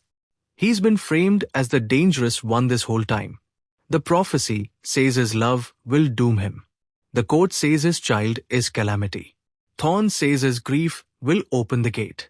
And his daughter, his sick, stolen daughter, is the one who tells him not to become the weapon they want. Kale closes his eyes. The fire in his gaze dims, not because he's weakened, but because he's choosing control. He inhales, slow, and when he exhales, the smoke that leaves his mouth isn't wild. It's shaped, directed. The show visualized this with the flames around him settling into a steady glow instead of flaring. The score shifts from chaotic percussion to a single sustained note, like a line being drawn. Kale looks at Thorn and says, softly, "You wanted a monster. You will get a king." Then he does something brilliant. He refuses to fight Thorn on Thorn's terms. He doesn't step into the circle. He doesn't pour rage into the gate. He turns to Lyra and asks, "Can you read the runes?" Lyra nods, eyes scanning the spiral patterns. She says, "Yes, they're Ashbourne seal script." Kale says, "Then tell me where the hinge is." Hinge. Such a practical word in a mythic moment. The show is basically saying, this isn't about destiny. It's about mechanics. About understanding the system so you can break it. Lyra studies the circle, voice trembling with concentration. The hinge is at the third spiral. The bind line crosses. There. Kale steps to the indicated point and presses his palm to the rock, not with force, but with precision. He channels heat like a surgeon uses a scalpel. The rock glows. The spiral cracks, not explosively, but cleanly, like glass cut along a score line. Thorn's calm finally breaks. He snarls. No, he throws his hands up, and the green flames surge, trying to flood Kale's mind with visions, prophecy images, a future of Umber dying, Lyra betraying, Kale alone. The show does this trippy montage where you see flashes. Lyra on the snow again being cast out, Umber turning to ash in Lyra's arms, Seraphine crowned beside a different king, the gate yawning open. It's all cut fast, almost too fast, and that's intentional. It's the sensory overload of manipulation. Kale stumbles. Lyra grabs his shoulder and says his name. Kale. He turns, eyes wild. Lyra slaps him. Not a cute slap, a desperate one. Her handprint lingers red on his cheek. And she says, teeth clenched, "Look at me." Not the story. Me. That is the line of the series for me. Not the story. Me. It's Lyra demanding personhood in a world that keeps turning her into symbol. And Kale, stunned, focuses on her face. His breathing steadies. The visions fade. The barrier flickers. This is where their love becomes an active weapon against prophecy. Not because it's pure, but because it's grounded. It's reality. The show is making a very specific argument. Manipulation thrives on abstraction. Love survives in specificity. Kale turns back to the circle. He uses Lyra's rune reading to dismantle the ritual piece by piece. Each spiral cracked weakens the binding around Umber. Thorn tries to compensate by pouring more power in, veins darkening under his skin like ink. His eyes, once normal, flare a pale silver that matches the silver-haired lady dream. He's channeling an Ashbourne ancestor spirit, a corrupted keeper. And for a second, you see his face overlay with another, older face in a haunting VFX blend, like he's being warned by history. Amber's bonds loosen. Lyra reaches her through the barrier as it falters. She whispers, "Baby, come to me." Amber crawls, shaking. Thorn screams, voice cracking, and slams his palm into the ground. The gate behind him rumbles. The mountain answers. A fissure splits wider. Heat and cold blast out simultaneously, sending frost and ash swirling like a blizzard made of burnt paper. The sound is enormous, like the world tearing cloth. Kale's eyes snap to the gate. He realizes Thorn doesn't need the full ritual anymore. The seal has been weakened by decades of tampering. It's going to break. Kale makes a choice in a heartbeat. He grabs Lyra and shoves her toward Amber as the barrier collapses. Lyra catches Amber, clutching her so tight the child squeaks. Kale steps toward the gate alone. Lyra screams, "Kale, no." Kale doesn't turn. He says, voice calm in a way that scares me more than rage, "If it opens, you run." And I'm going to pause here to highlight the craft. The blocking in this moment is heartbreaking. Lyra and Amber are framed together in the foreground, warm flesh, fragile life, while Kale becomes a silhouette against the green flames and widening fissure. It's the visual of fatherhood, standing between your child and the thing that will eat her, even if it means you're the one who gets it in. Thorn, desperate, lunges for Lyra instead. And this is where Seraphine's earlier sacrifice pays off. Even though she's not physically here, Kale is free because Seraphine took the binding. Kale can move fast. He intercepts Thorn, grabs him by the throat, and lifts him off the ground. The VFX show heat rippling around Kale's hand. Thorn chokes, eyes bulging, and whispers, "Do it. Burn me. Open the gate." Kale's fingers tighten. You can see the temptation. Ending Thorn would feel righteous. It would also unleash exactly the emotional surge Thorn needs. And Kale does the most infuriatingly wise thing. He lets go. He drops Thorn. He refuses the kill. He says, "You don't get my fire." Then he turns to the gate and starts chanting the old dragon seal prayer Erinda taught him as a child. It's in draconic, guttural, and resonant. The sound design layers his voice with a low harmonic, like the mountain itself is humming along. Lyra, holding Amber, realizes what Kale is doing. He's rebinding the seal with his own bloodline heat, but he needs an ashborn resonance to lock it. He needs her. Lyra steps forward. Kale shakes his head slightly, still chanting, telling her not to. Lyra ignores him, because of course she does, and places her palm on the rock beside his. The rune lines flare white gold. Heat surges through her arm like lightning, and she gasps. Amber, in Lyra's arms, begins to glow faintly, the unanchored flame responding. The three of them, father, mother, child, become the seal. This is mythic as hell, and it works because it's not framed as destined. It's framed as desperate teamwork. The score swells into full choir now, not triumphant, but pleading. The fissure begins to close, inch by inch, like a wound being stitched. Thorn, growling, laughs through blood. He says, "You think you can hold it? For how long?" Kale replies, voice strained, "Long enough." And then, because villains never stop at one plan, Thorn reveals he has a second trigger, Seraphine. Back at the Citadel, Seraphine is still bound to the tribunal brazier. The right chains are feeding Thorn power remotely, like a conduit. Erinda realizes it too late. Seraphine's wrists are bleeding into the brazier. The green flame intensifies. Seraphine screams at last, not from pain alone, but from betrayal. She understands she was never a political ally to Thorn. She was a battery, a noble sacrifice he was happy to drain. Erinda tries to break her free, but the right is law magic. It punishes interference. His hands burn. Savants panic. Nessa, back at the Citadel, rushes in and, without hesitation, uses the most human solution imaginable. She grabs a metal poker, wedges it into the chain clasp, and brute forces it open while burning her own palms. The show lingers on her hands blistering. Nessa grits her teeth and says, "I hate magic." "Same, Nessa. Same." They freeze Serafine, and the conduit snaps. Thorn's power stutters. The green flames at the gate flicker. Kale and Lyra seize the moment and slam their palms down, pouring everything into the seal. The gate closes. Not completely, not forever, but enough that the fissure seals into a thin glowing line instead of an open mouth. The mountain's rumble fades to a distant growl. The ash frost storm settles. Silence hits like a punch. Lyra collapses to her knees, shaking, Umber clinging to her neck. Kale staggers, blood running from his nose, eyes dimming from gold to a more human Umber.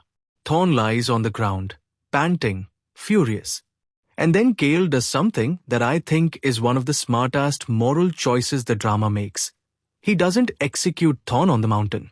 He binds him. He orders Erinder to build a prison chamber around the gate itself, forcing Thorn to live as keeper of the seal he tried to break. It's poetic. It's cruel.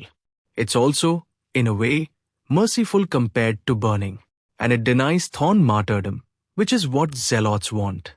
Kale says, "You will watch what you try to unleash. Every day. Until you rot." Thorn spits blood and whispers, "The cycle will continue." Kale replies, "Not mine." That sounds like a concluding line, but it's not, because the drama isn't done with consequences. The gate is quieter, but the kingdom is in chaos. Kale has defeated the council, exposed a Seer's fraud, nearly unleashed an ancient entity, and publicly claimed a half-dragon child. War rumors are still spreading. The human lords are still mobilizing. And the court, now terrified of Kale's unpredictability, is more dangerous than ever. Also, Lyra's blood is changed. After the sealing, she can feel heat in a way she couldn't before. Her palms sometimes glow faintly when she's emotional. She starts hearing draconic whispers in the crackle of hearth fires. Erinder explains that the Ashborn resonance has awakened fully in her, which means she's no longer just human in the way the world defines it. She's a bridge, a living treaty, and bridges get walked on from both sides. Umber, though, improves.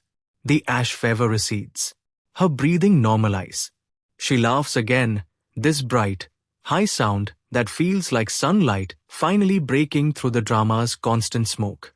There's a gorgeous quiet scene where Umber and Kale sit on the airy steps watching Sunrise, and Kale teaches her to warm her hands without burning, like he's teaching her to hold herself. Umber concentrates, tongue sticking out, and a tiny flame appears above her palm, steady and gentle. Kale's eyes fill with tears he pretends aren't there. He says, softly, "Good." Umber looks up and says, "Did I do Kingfire?" Kale snorts, an actual snort, and says something like that. It's a rare softness, and it lands because it's earned through terror. Then comes the political fallout episode. And I'm not going to lie, this is where some viewers I talked to started to wobble. Because the show slows down after the gate sequence to deal with bureaucracy, treaties, court votes. I personally love that choice. It's the unsexy reality after myth. You can close a magical fissure and still lose a kingdom in committee. Kale returns to the citadel with Lyra and Umber as public family. He calls a council session and does what no Dragon King has done in centuries.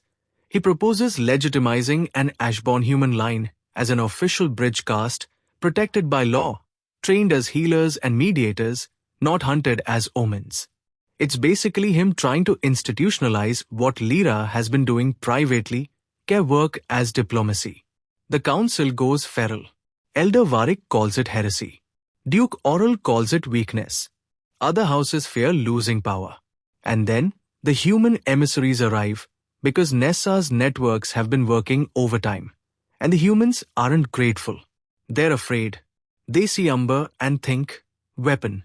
They see Lyra's awakened palms and think, witch. The drama makes a point that prejudice isn't exclusive to dragons. Humans are just as willing to dehumanize what they don't understand.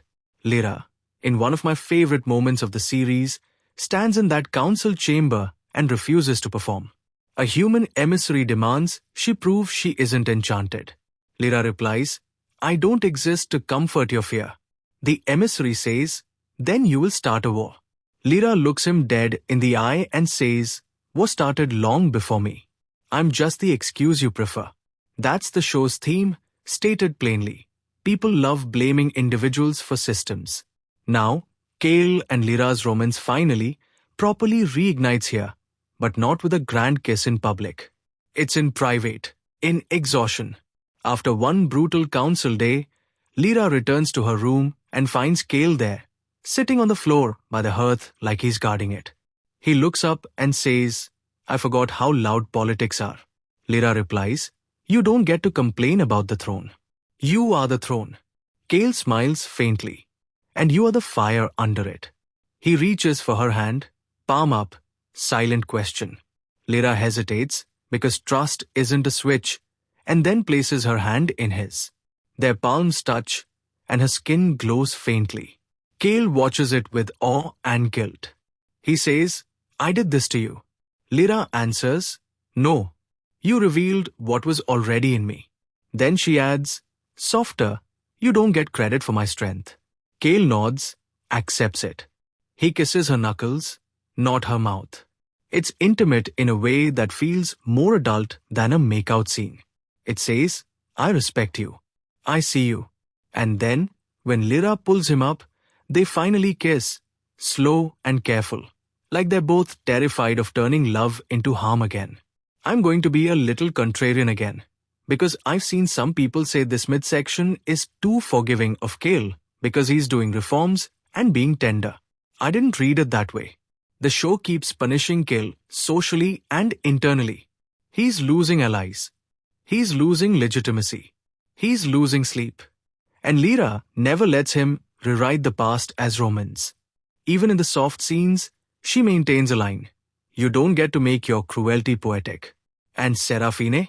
She survives her sacrifice, but she's changed. Her wrists are scarred. Her pride is bruised. She's publicly humiliated because everyone knows she was bound to the right and used. Duke Oral blames Kale for it, which is rich, considering Thorn did it. But politics never wastes a good scapegoat. Serafine confronts Kale in a hallway, and instead of flirting or threatening, she says, quietly, "I thought I was the one shaping the court. I was only being shaped." Kale replies, "Now you can choose what you become." Serafine's eyes glint. "And if I choose war?" Kale says, "Then you will lose." Serafine smiles sadly. "That is what you think. And that's the setup for the next escalation. The coup doesn't die with Thorn's imprisonment. It mutates, because Duke Oral, furious and ambitious, rallies the noble houses that fear Kale's reforms. He claims Kale is ash-bound, corrupted by Lyra's blood. He frames Umber as a threat to pure dragon lineage.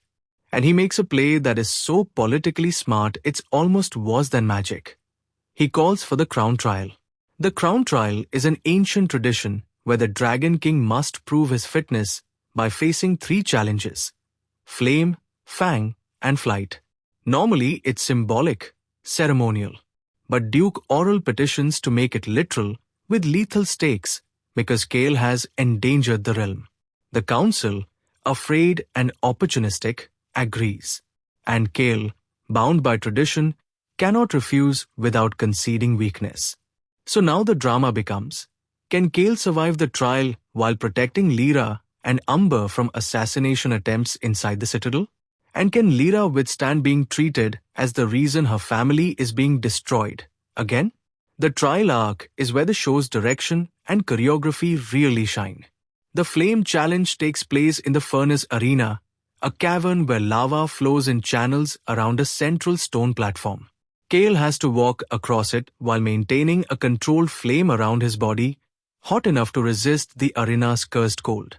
But not so hot, he cracks the platform. It's essentially a metaphor for his life. Hold fire without burning everything. The camera stays close on his face, sweat dripping, jaw clenched. The score is minimal, mostly drums and breath. And the show cuts to Lyra watching from the stands, hands clasped so tight her knuckles glow faintly. Amber sits beside her, small, eyes huge, whispering, "Father, steady." Kale completes the flame challenge, but the victory is immediately undercut by an assassination attempt on Lyra in the crowd. A noblewoman accidentally spills a goblet of acid wine. Yes, acid wine, dragon nobles are insane, aimed at Lyra's face. Nessa, who has basically appointed herself Lyra's bodyguard, slaps the goblet away and takes the splash on her own arm. Her skin blisters instantly. She doesn't even scream. She just hisses, "Worth it." I love Nessa so much. She's the human shield friend we all need, though I would prefer mine not have to take acid wine for me. Thank you. Lyra rushes Nessa to the infirmary. And this is where Lyra's awakened Ashborn ability becomes plot relevant in a cool way. She can draw heat out of wounds and redistribute it like thermal manipulation through blood resonance. She presses her glowing palms to Nessa's arm, and the blistering recedes slightly. Erinda watches, stunned, and says, "Your mother would have done it like that." Lyra freezes. "You knew my mother." Erinda goes quiet, and you realize Erinda didn't just discover Lyra's lineage. He's known longer than he admitted. That betrayal, small but real, adds another layer. Lyra confronts Erinda later, and he confesses, Eloan, Lyra's mother, served as Erinda's apprentice decades ago. She fled when Thorn's predecessor began hunting Ashborn women to control the Gate Seal. Erinda helped her disappear into human lands, believing it was protection. He never expected her child to return to the Citadel as the king's lover. He says, "I thought hiding you was kindness." Lyra replies, "Hiding us is what keeps getting us killed." Again, the show is relentless about secrecy. We keep moving through the trial challenges, each one escalating and paralleling Kale's internal growth. Fang is a combat challenge against an opponent chosen by the council. Duke Oral chooses someone cruel. Captain Riven, the same guard who called Umber an omen at the gate. Riven has been promoted under Thorn's regency and is fiercely loyal to purity politics. He fights Kale with a spear tipped in wyvern bone, which can pierce dragon-shifted flesh. The choreography here is brutal, less dance, more brawl. Kale fights restrained, trying not to kill. Riven fights to humiliate. And the dialogue mid-fight is nasty. Riven taunts, "You let a human breed you, and now you fight like one." Kale snarls, "You mistake mercy for weakness." Riven spits, "Mercy is a human disease." Kale disarms him, pins him, and for a second you think Kale will finally snap. The camera pushes in. The music stops. Kale's eyes flash cold. Then he releases Riven and steps back, choosing restraint again. The crowd roars in confusion because dragons want spectacle. They want blood. Kale gives them control. That's his victory, even if the court reads it as softness. Then comes flight, the final challenge. And it's the most emotionally loaded because it forces Kale to shift in public while the court is looking for signs of corruption.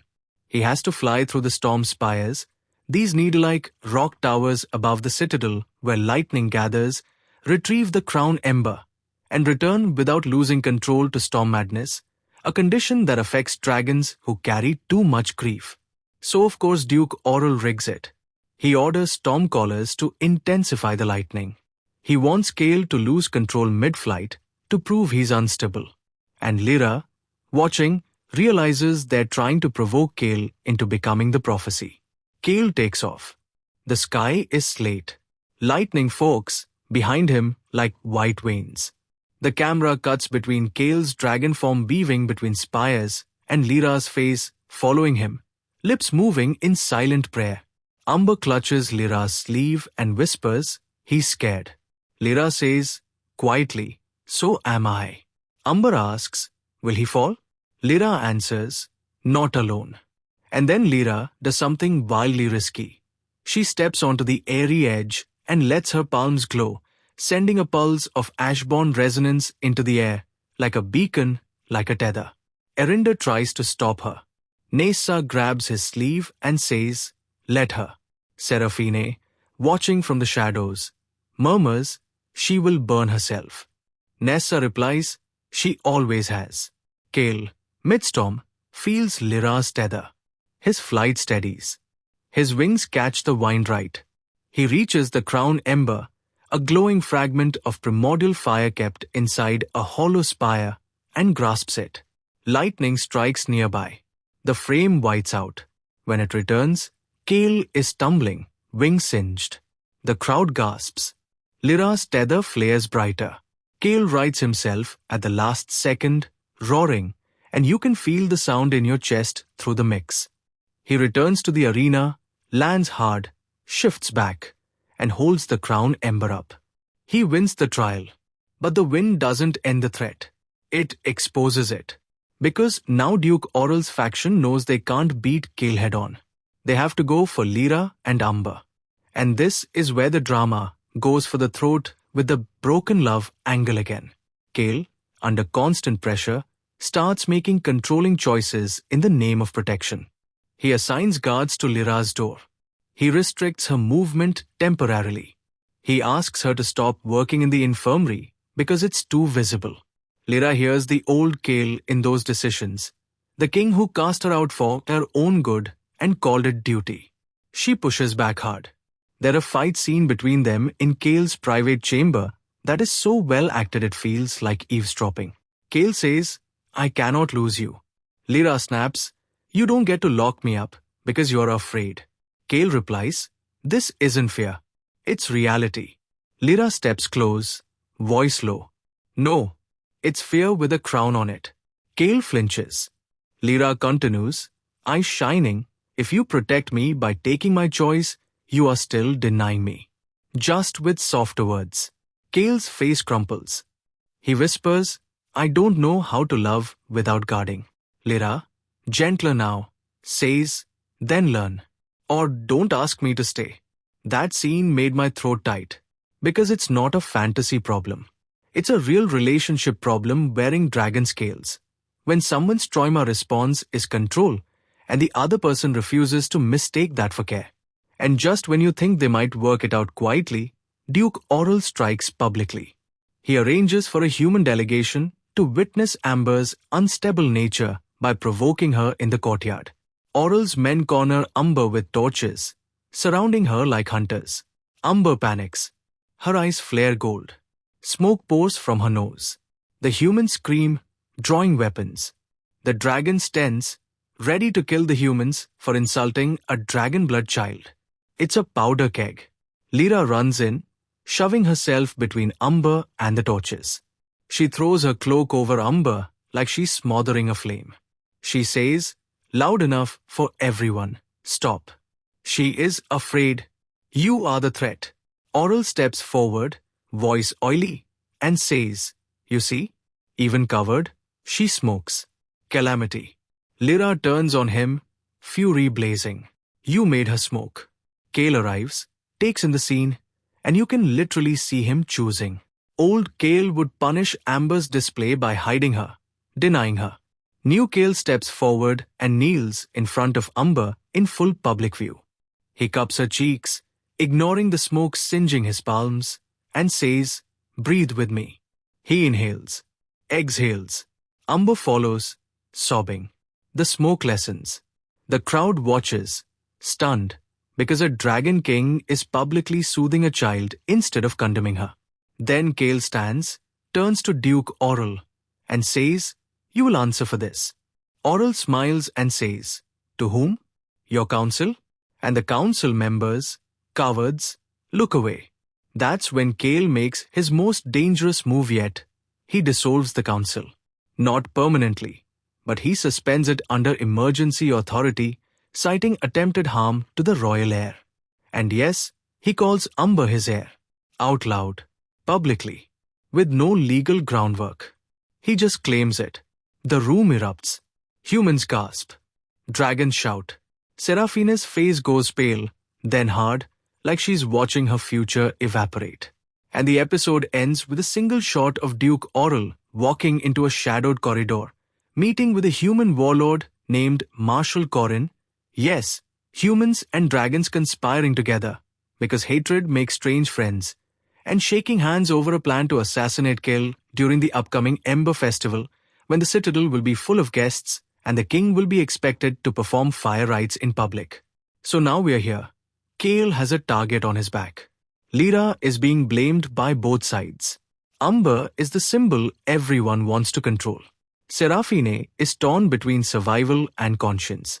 Nessa is basically one injury away from quitting the plot entirely, and yet she never does. Erinda is trying to hold a kingdom together with ritual and regret. And the gate of Sarthun, though sealed, still glows faintly at night like a wound that never fully heals.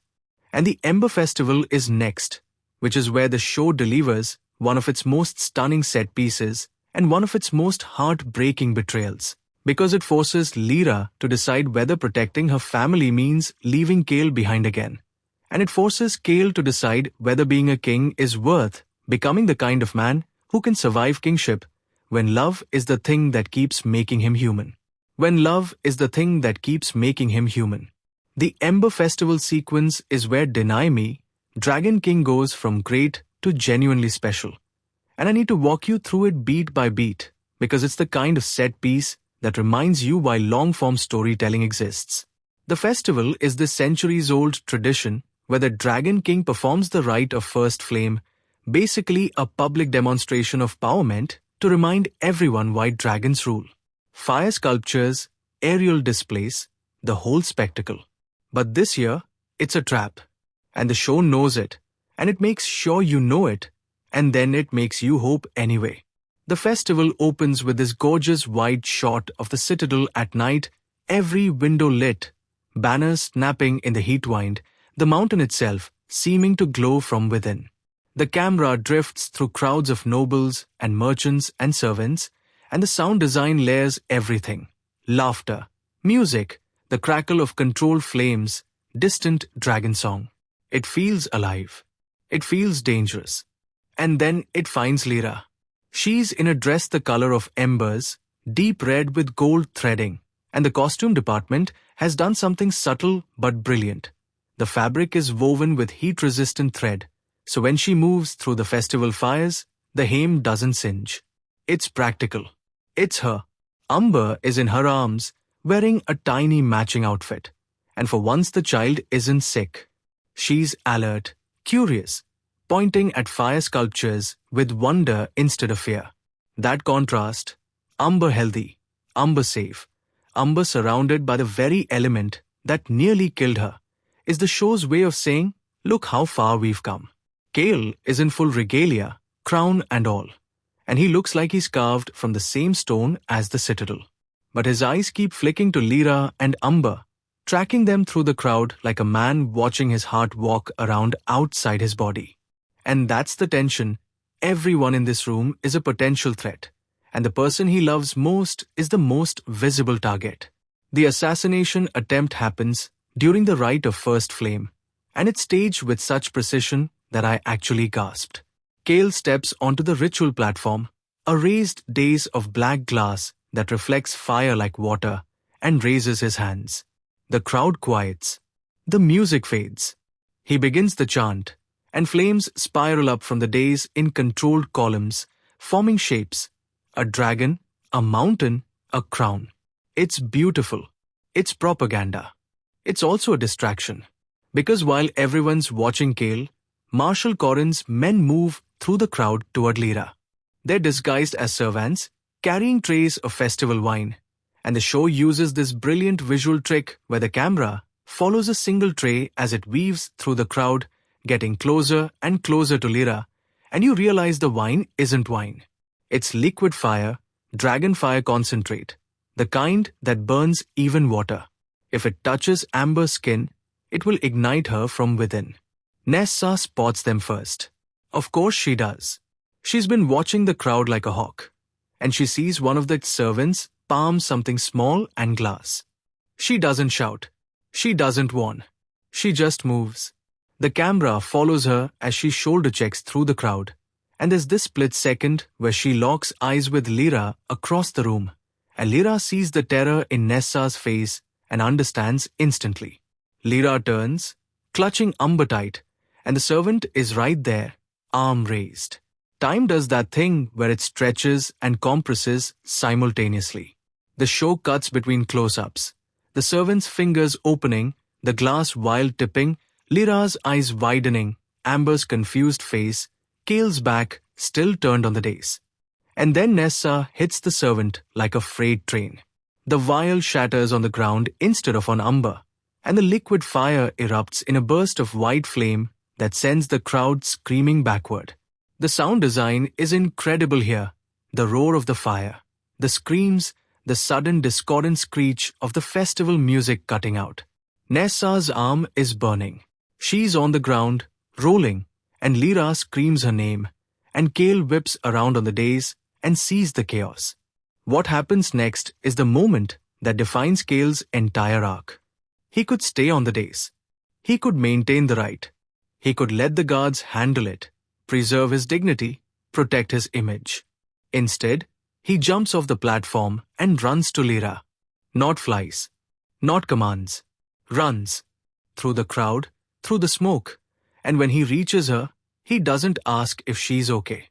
He just takes Umber from her arms and presses his forehead to Lyra's, breathing hard, and says, "I've got you." And Lyra, shaking, says, "Nessa's arm." Kale looks at Nessa, who is gritting her teeth while a healer tries to treat the burns, and he says, quietly, "You will want for nothing." Nessa, even in pain, manages, "I want to go home." Kale almost smiles. Soon. But the assassination attempt is just the first move. Duke Aurel and Marshal Corrin have a backup plan, and it's wars. Because while the crowd is distracted by the fire, a group of rogue dragon shifters, exiles who have been promised power by Aurel, sneak into the lower chambers where the gate of Sarthun's seal is monitored. Their goal isn't to open the gate. It's to crack it just enough to release a wave of Devourer flame into the citadel's foundations, collapsing the mountain with everyone inside. This is where the show does something I genuinely didn't expect. It gives Seraphine her redemption arc in the middle of the catastrophe. Seraphine, who has been sidelined and humiliated and stripped of her political future, is the one who discovers the exiles. She's in the lower chambers because she's been visiting Thorn's prison, not out of kindness, but out of morbid curiosity, wanting to see what happened to the man who used her. And she overhears the exiles talking through the walls. The actress plays this moment beautifully. Seraphine's face goes through several stages: disbelief, fear, calculation, and then something harder: resolve. She could run. She could warn the court and regain favor. Instead, she does something that costs her everything. She steps into the chamber and confronts the exiles alone. There's no music, just the sound of dripping water and distant rumbling. Seraphine stands in the doorway, backlit by torchlight, and says, "You're making a mistake."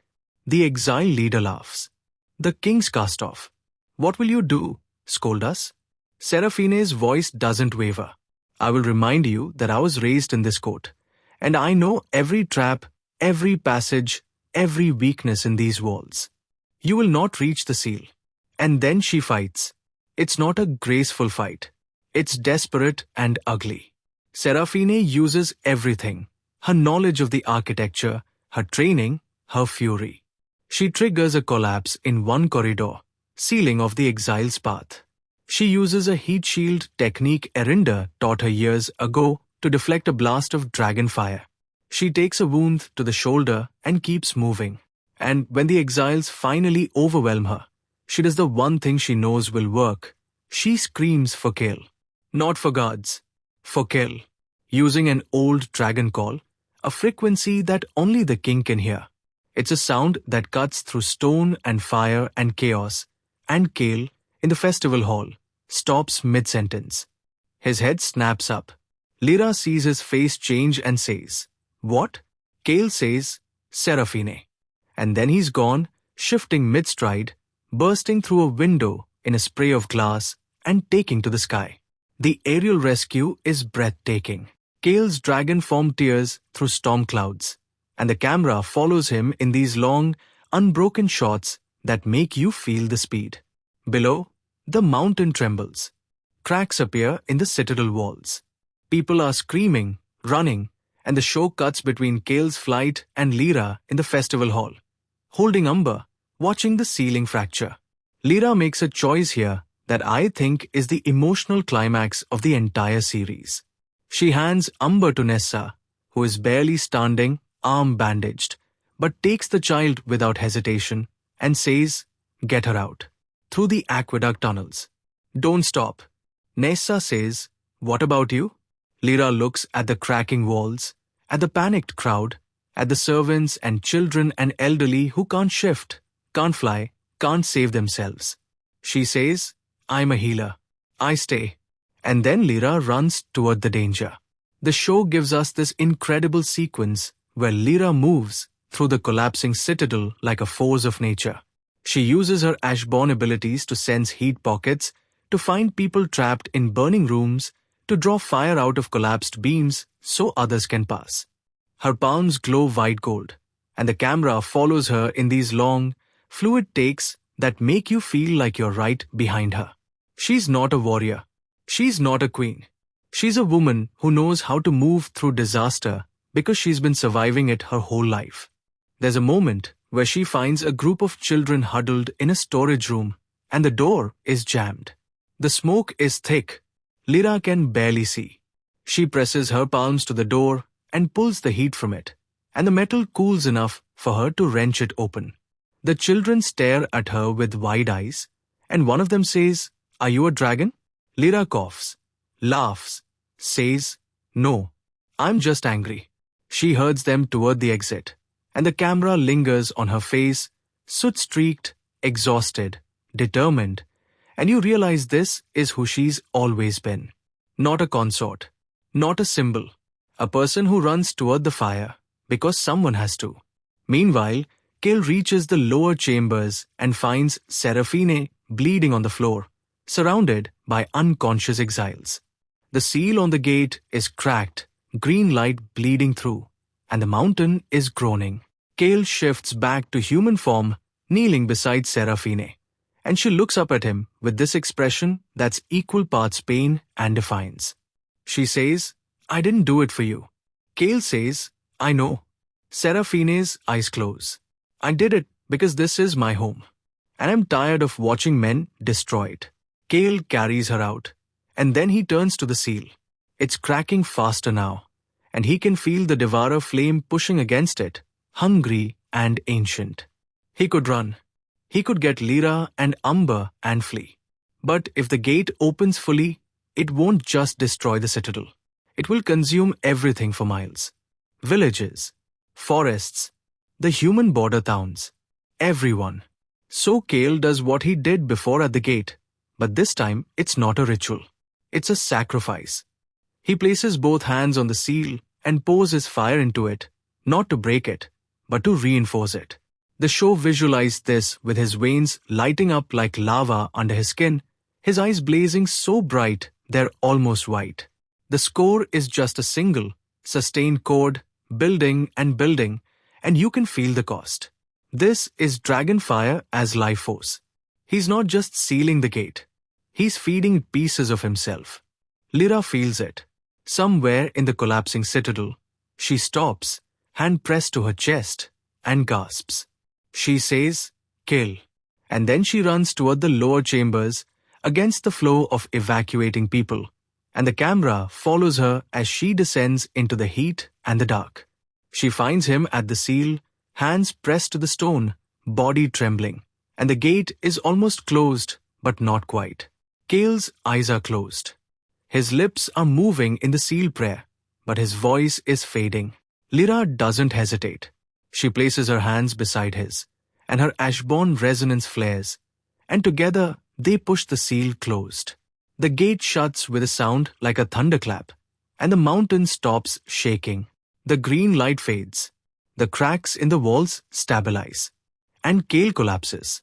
Lyra catches him. Of course she does. She lowers him to the ground, cradling his head in her lap, and his eyes flutter open. He looks up at her, and for once there's no king in his gaze. Just a man. He says, "You came back." Lyra's tears fall on his face. "I never left." Kale's hand finds hers. "I know. I felt you. And that's the moment I lost it. Not because it's dramatic, but because it's quiet. Because after everything, the prophecies, the banishment, the illness, the coups, the assassination attempts, the collapsing mountain, what saves them isn't destiny. It's presence. It's choosing to stay. The aftermath is handled with the same care as the chaos. The citadel is damaged but standing. Duke Aurel is arrested, his conspiracy exposed by Seraphine's testimony. Marshal Corrin is captured trying to flee. The rogue exiles are imprisoned alongside Thorn, who watches them with something like amusement from his cell. The council, humbled and terrified, begs Kale to restore them, and Kale says, "You will serve, not rule." There is a difference. Seraphine survives her wounds, and the show gives her a quiet, perfect scene where she visits Lyra in the infirmary. Lyra is treating burns, and Seraphine stands in the doorway, uncertain. Lyra looks up and says, "You saved us." Seraphine replies, "I saved my home." Don't confuse the two. Lyra smiles faintly. "I won't, but thank you anyway." Seraphine nods once, and there's no hug, no tearful reconciliation. Just two women who are pitted against each other by a system that benefits from their division, acknowledging that they're more than what they were told to be. Nessa's arm heals, though it scars. She complains about the scar constantly, but she also wears it like a badge. She tells Lyra, "If I'm going to nearly die for your family, I'm getting a story out of it." Lyra says, "You're getting more than a story. You're getting a house." Nessa pauses. "With a garden?" Lyra says, "With a garden." Nessa considers. "Fine. I'll stay." Erinda, burdened by his secrets, offers to step down as royal Emberite. Kale refuses. He says, "You made mistakes. You also kept my daughter alive when I couldn't. We will carry our failures forward, not bury them." It's a mature, nuanced take on accountability, and I appreciated that the show didn't demand Erinda's exile as penance. And Umber. Sweet, fierce, half-dragon Umber. In the final episodes, she's not just healthy. She's thriving. There's a scene where she's playing in the Citadel courtyard with other children, dragon-blooded, human, mixed, and she accidentally sets a bush on fire. The other kids gasp. Umber looks at the flames, then at her hands, and instead of panicking, she takes a deep breath and pulls the fire back into her palm. The bush stops burning. The kids cheer. Umber grins, and the camera pulls back to show Lyra and Kale watching from a balcony, and Lyra says, "She's going to be fine." Kale says, "She's going to be extraordinary." Lyra leans into him. She already is.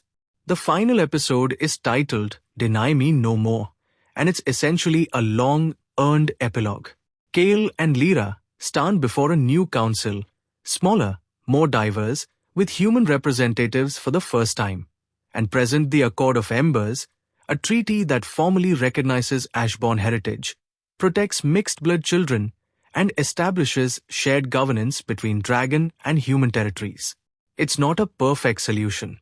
The show is clear that prejudice doesn't vanish with a document. But it's a start. It's a choice to build something new instead of repeating the old patterns. The vote passes narrowly, and the show doesn't pretend everyone is happy. There are scowls, muttered threats, nobles who walk out. But there are also nods, cautious smiles, a human elder who says, "Perhaps we can stop burning each other now," and a dragon matriarch who replies, "Perhaps." Or perhaps we will simply find new ways to burn. But today, we choose not to. And then, finally, the personal resolution. Kale and Lyra on the Eyrie at sunset, the sky painted in shades of umber and rose. Umber is below, playing with Nessa and a group of servants, and her laughter drifts up like music. Kale says, I spent my life afraid of prophecy, of fate, of losing control. Lyra says, and now? Kale looks at her. Now I'm afraid of nothing. Lyra raises an eyebrow. Nothing? Kale smiles. And it's the first genuine, unguarded smile we've seen from him. I'm afraid of plenty. But I'm not afraid of us. Lyra takes his hand, and their palms glow faintly where they touch. His fire, her resonance, intertwined. She says, good, because I'm not going anywhere. Kale says, I know. And then he kneels. Not as a king, as a man. He says, I denied you once, and it nearly destroyed me. I will not deny you again. Not the court, not the world, not fate itself. Will you stand with me? Not behind me. Not beneath me. With me. Lyra looks at him for a long moment, and the camera holds on her face, and you can see every emotion. Love, weariness, hope, exhaustion, joy. She says, I've always been standing with you. You just weren't looking. Kale's eyes shine. I'm looking now. Lyra pulls him up. Then see me. Kale says, I do. They kiss, and the score swells into the main theme, that melody from the first night in the watch hut, now fully orchestrated, no longer tentative but certain. The camera pulls back, showing them on the eyrie, the citadel behind them, the mountains stretching into the distance, and Amber's laughter rising from below. It's not a perfect ending. The gate is still there, sealed but not destroyed. Thorn is still in his cell, watching. The world is still full of people who fear what they don't understand. But it's an ending that feels earned. An ending that says, love isn't destiny. It's choice. And choosing each other, every day, in the face of everything that wants to tear you apart, that's the real magic. The final shot is Amber, looking up at the sky, and for just a moment, her eyes flash gold, and she smiles like she knows something we don't. And then she runs back to her friends, and the screen fades to black, and the credits roll over the sound of fire and laughter, and a child's voice saying, again, again. So, final verdict. Deny me, Dragon King is not a flawless show. The middle stretch has pacing issues. There are episodes in the council drama stretch that feel like they're treading water, and some of the side characters could have used more development. The VFX, while generally strong, occasionally falters in wide shots. And there are moments where the score is too eager to tell you what to feel instead of trusting the performances. But, and this is a big but, when this show is good, it's exceptional. It takes the arranged marriage, fated myths, secret baby tropes that could have been lazy, and uses them to explore real questions about power, accountability, and what it means to build a family in a world that wants to define you by your blood. Lyra is one of the best protagonists I've seen in fantasy romance in years. Not because she's strong, but because she's specific. She's not a warrior queen or a chosen one. She's a healer, a scribe, a mother, a woman who has been ground down by systems and refuses to let them make her cruel. Kale's arc from controlling king to accountable partner is handled with nuance and patience, and the actor brings a physicality to the role that makes every shift from rage to tenderness, from power to vulnerability, feel earned. The chemistry between the leads is electric in the best way, not because they're perfect for each other, but because they're willing to do the work of becoming worthy of each other. The supporting cast is a highlight. Nessa is the friend we all deserve. Serafine is a villain who becomes a person without ever losing her edge. Erinda is the mentor who fails and keeps going. And Amber is a child character who feels like a child, curious, scared, brave, real. If you're a newcomer to fantasy romance, this is a great entry point. It's accessible without being shallow, and it trusts you to sit with complexity. If you're a fan of the genre, this is a show that respects the tropes while interrogating them, and that's rare. If you're a critic, there's plenty to analyze: the political allegories, the visual symbolism, the way fire functions as both literal and metaphorical language throughout. I loved Deny Me, Dragon King. It made me angry, It made me cry. It made me think about my own relationships and the ways I've confused control with care. It's not perfect, but it's honest. And in a genre that often prioritizes escapism over truth, that honesty feels like a gift. Thank you for watching Flick Flare. If you want more deep dives like this, hit subscribe and let me know in the comments what drama you want me to autopsy next. I read every comment, even the ones that spoil things I haven't watched yet. Yes, I'm looking at you. Kale dies at the end person from last week. You were wrong, by the way. He lives. He suffers, but he lives. Until next time, keep watching, keep questioning, and remember, the best stories aren't the ones that tell you what to feel. They're the ones that make you feel something you didn't expect. See you in the next one.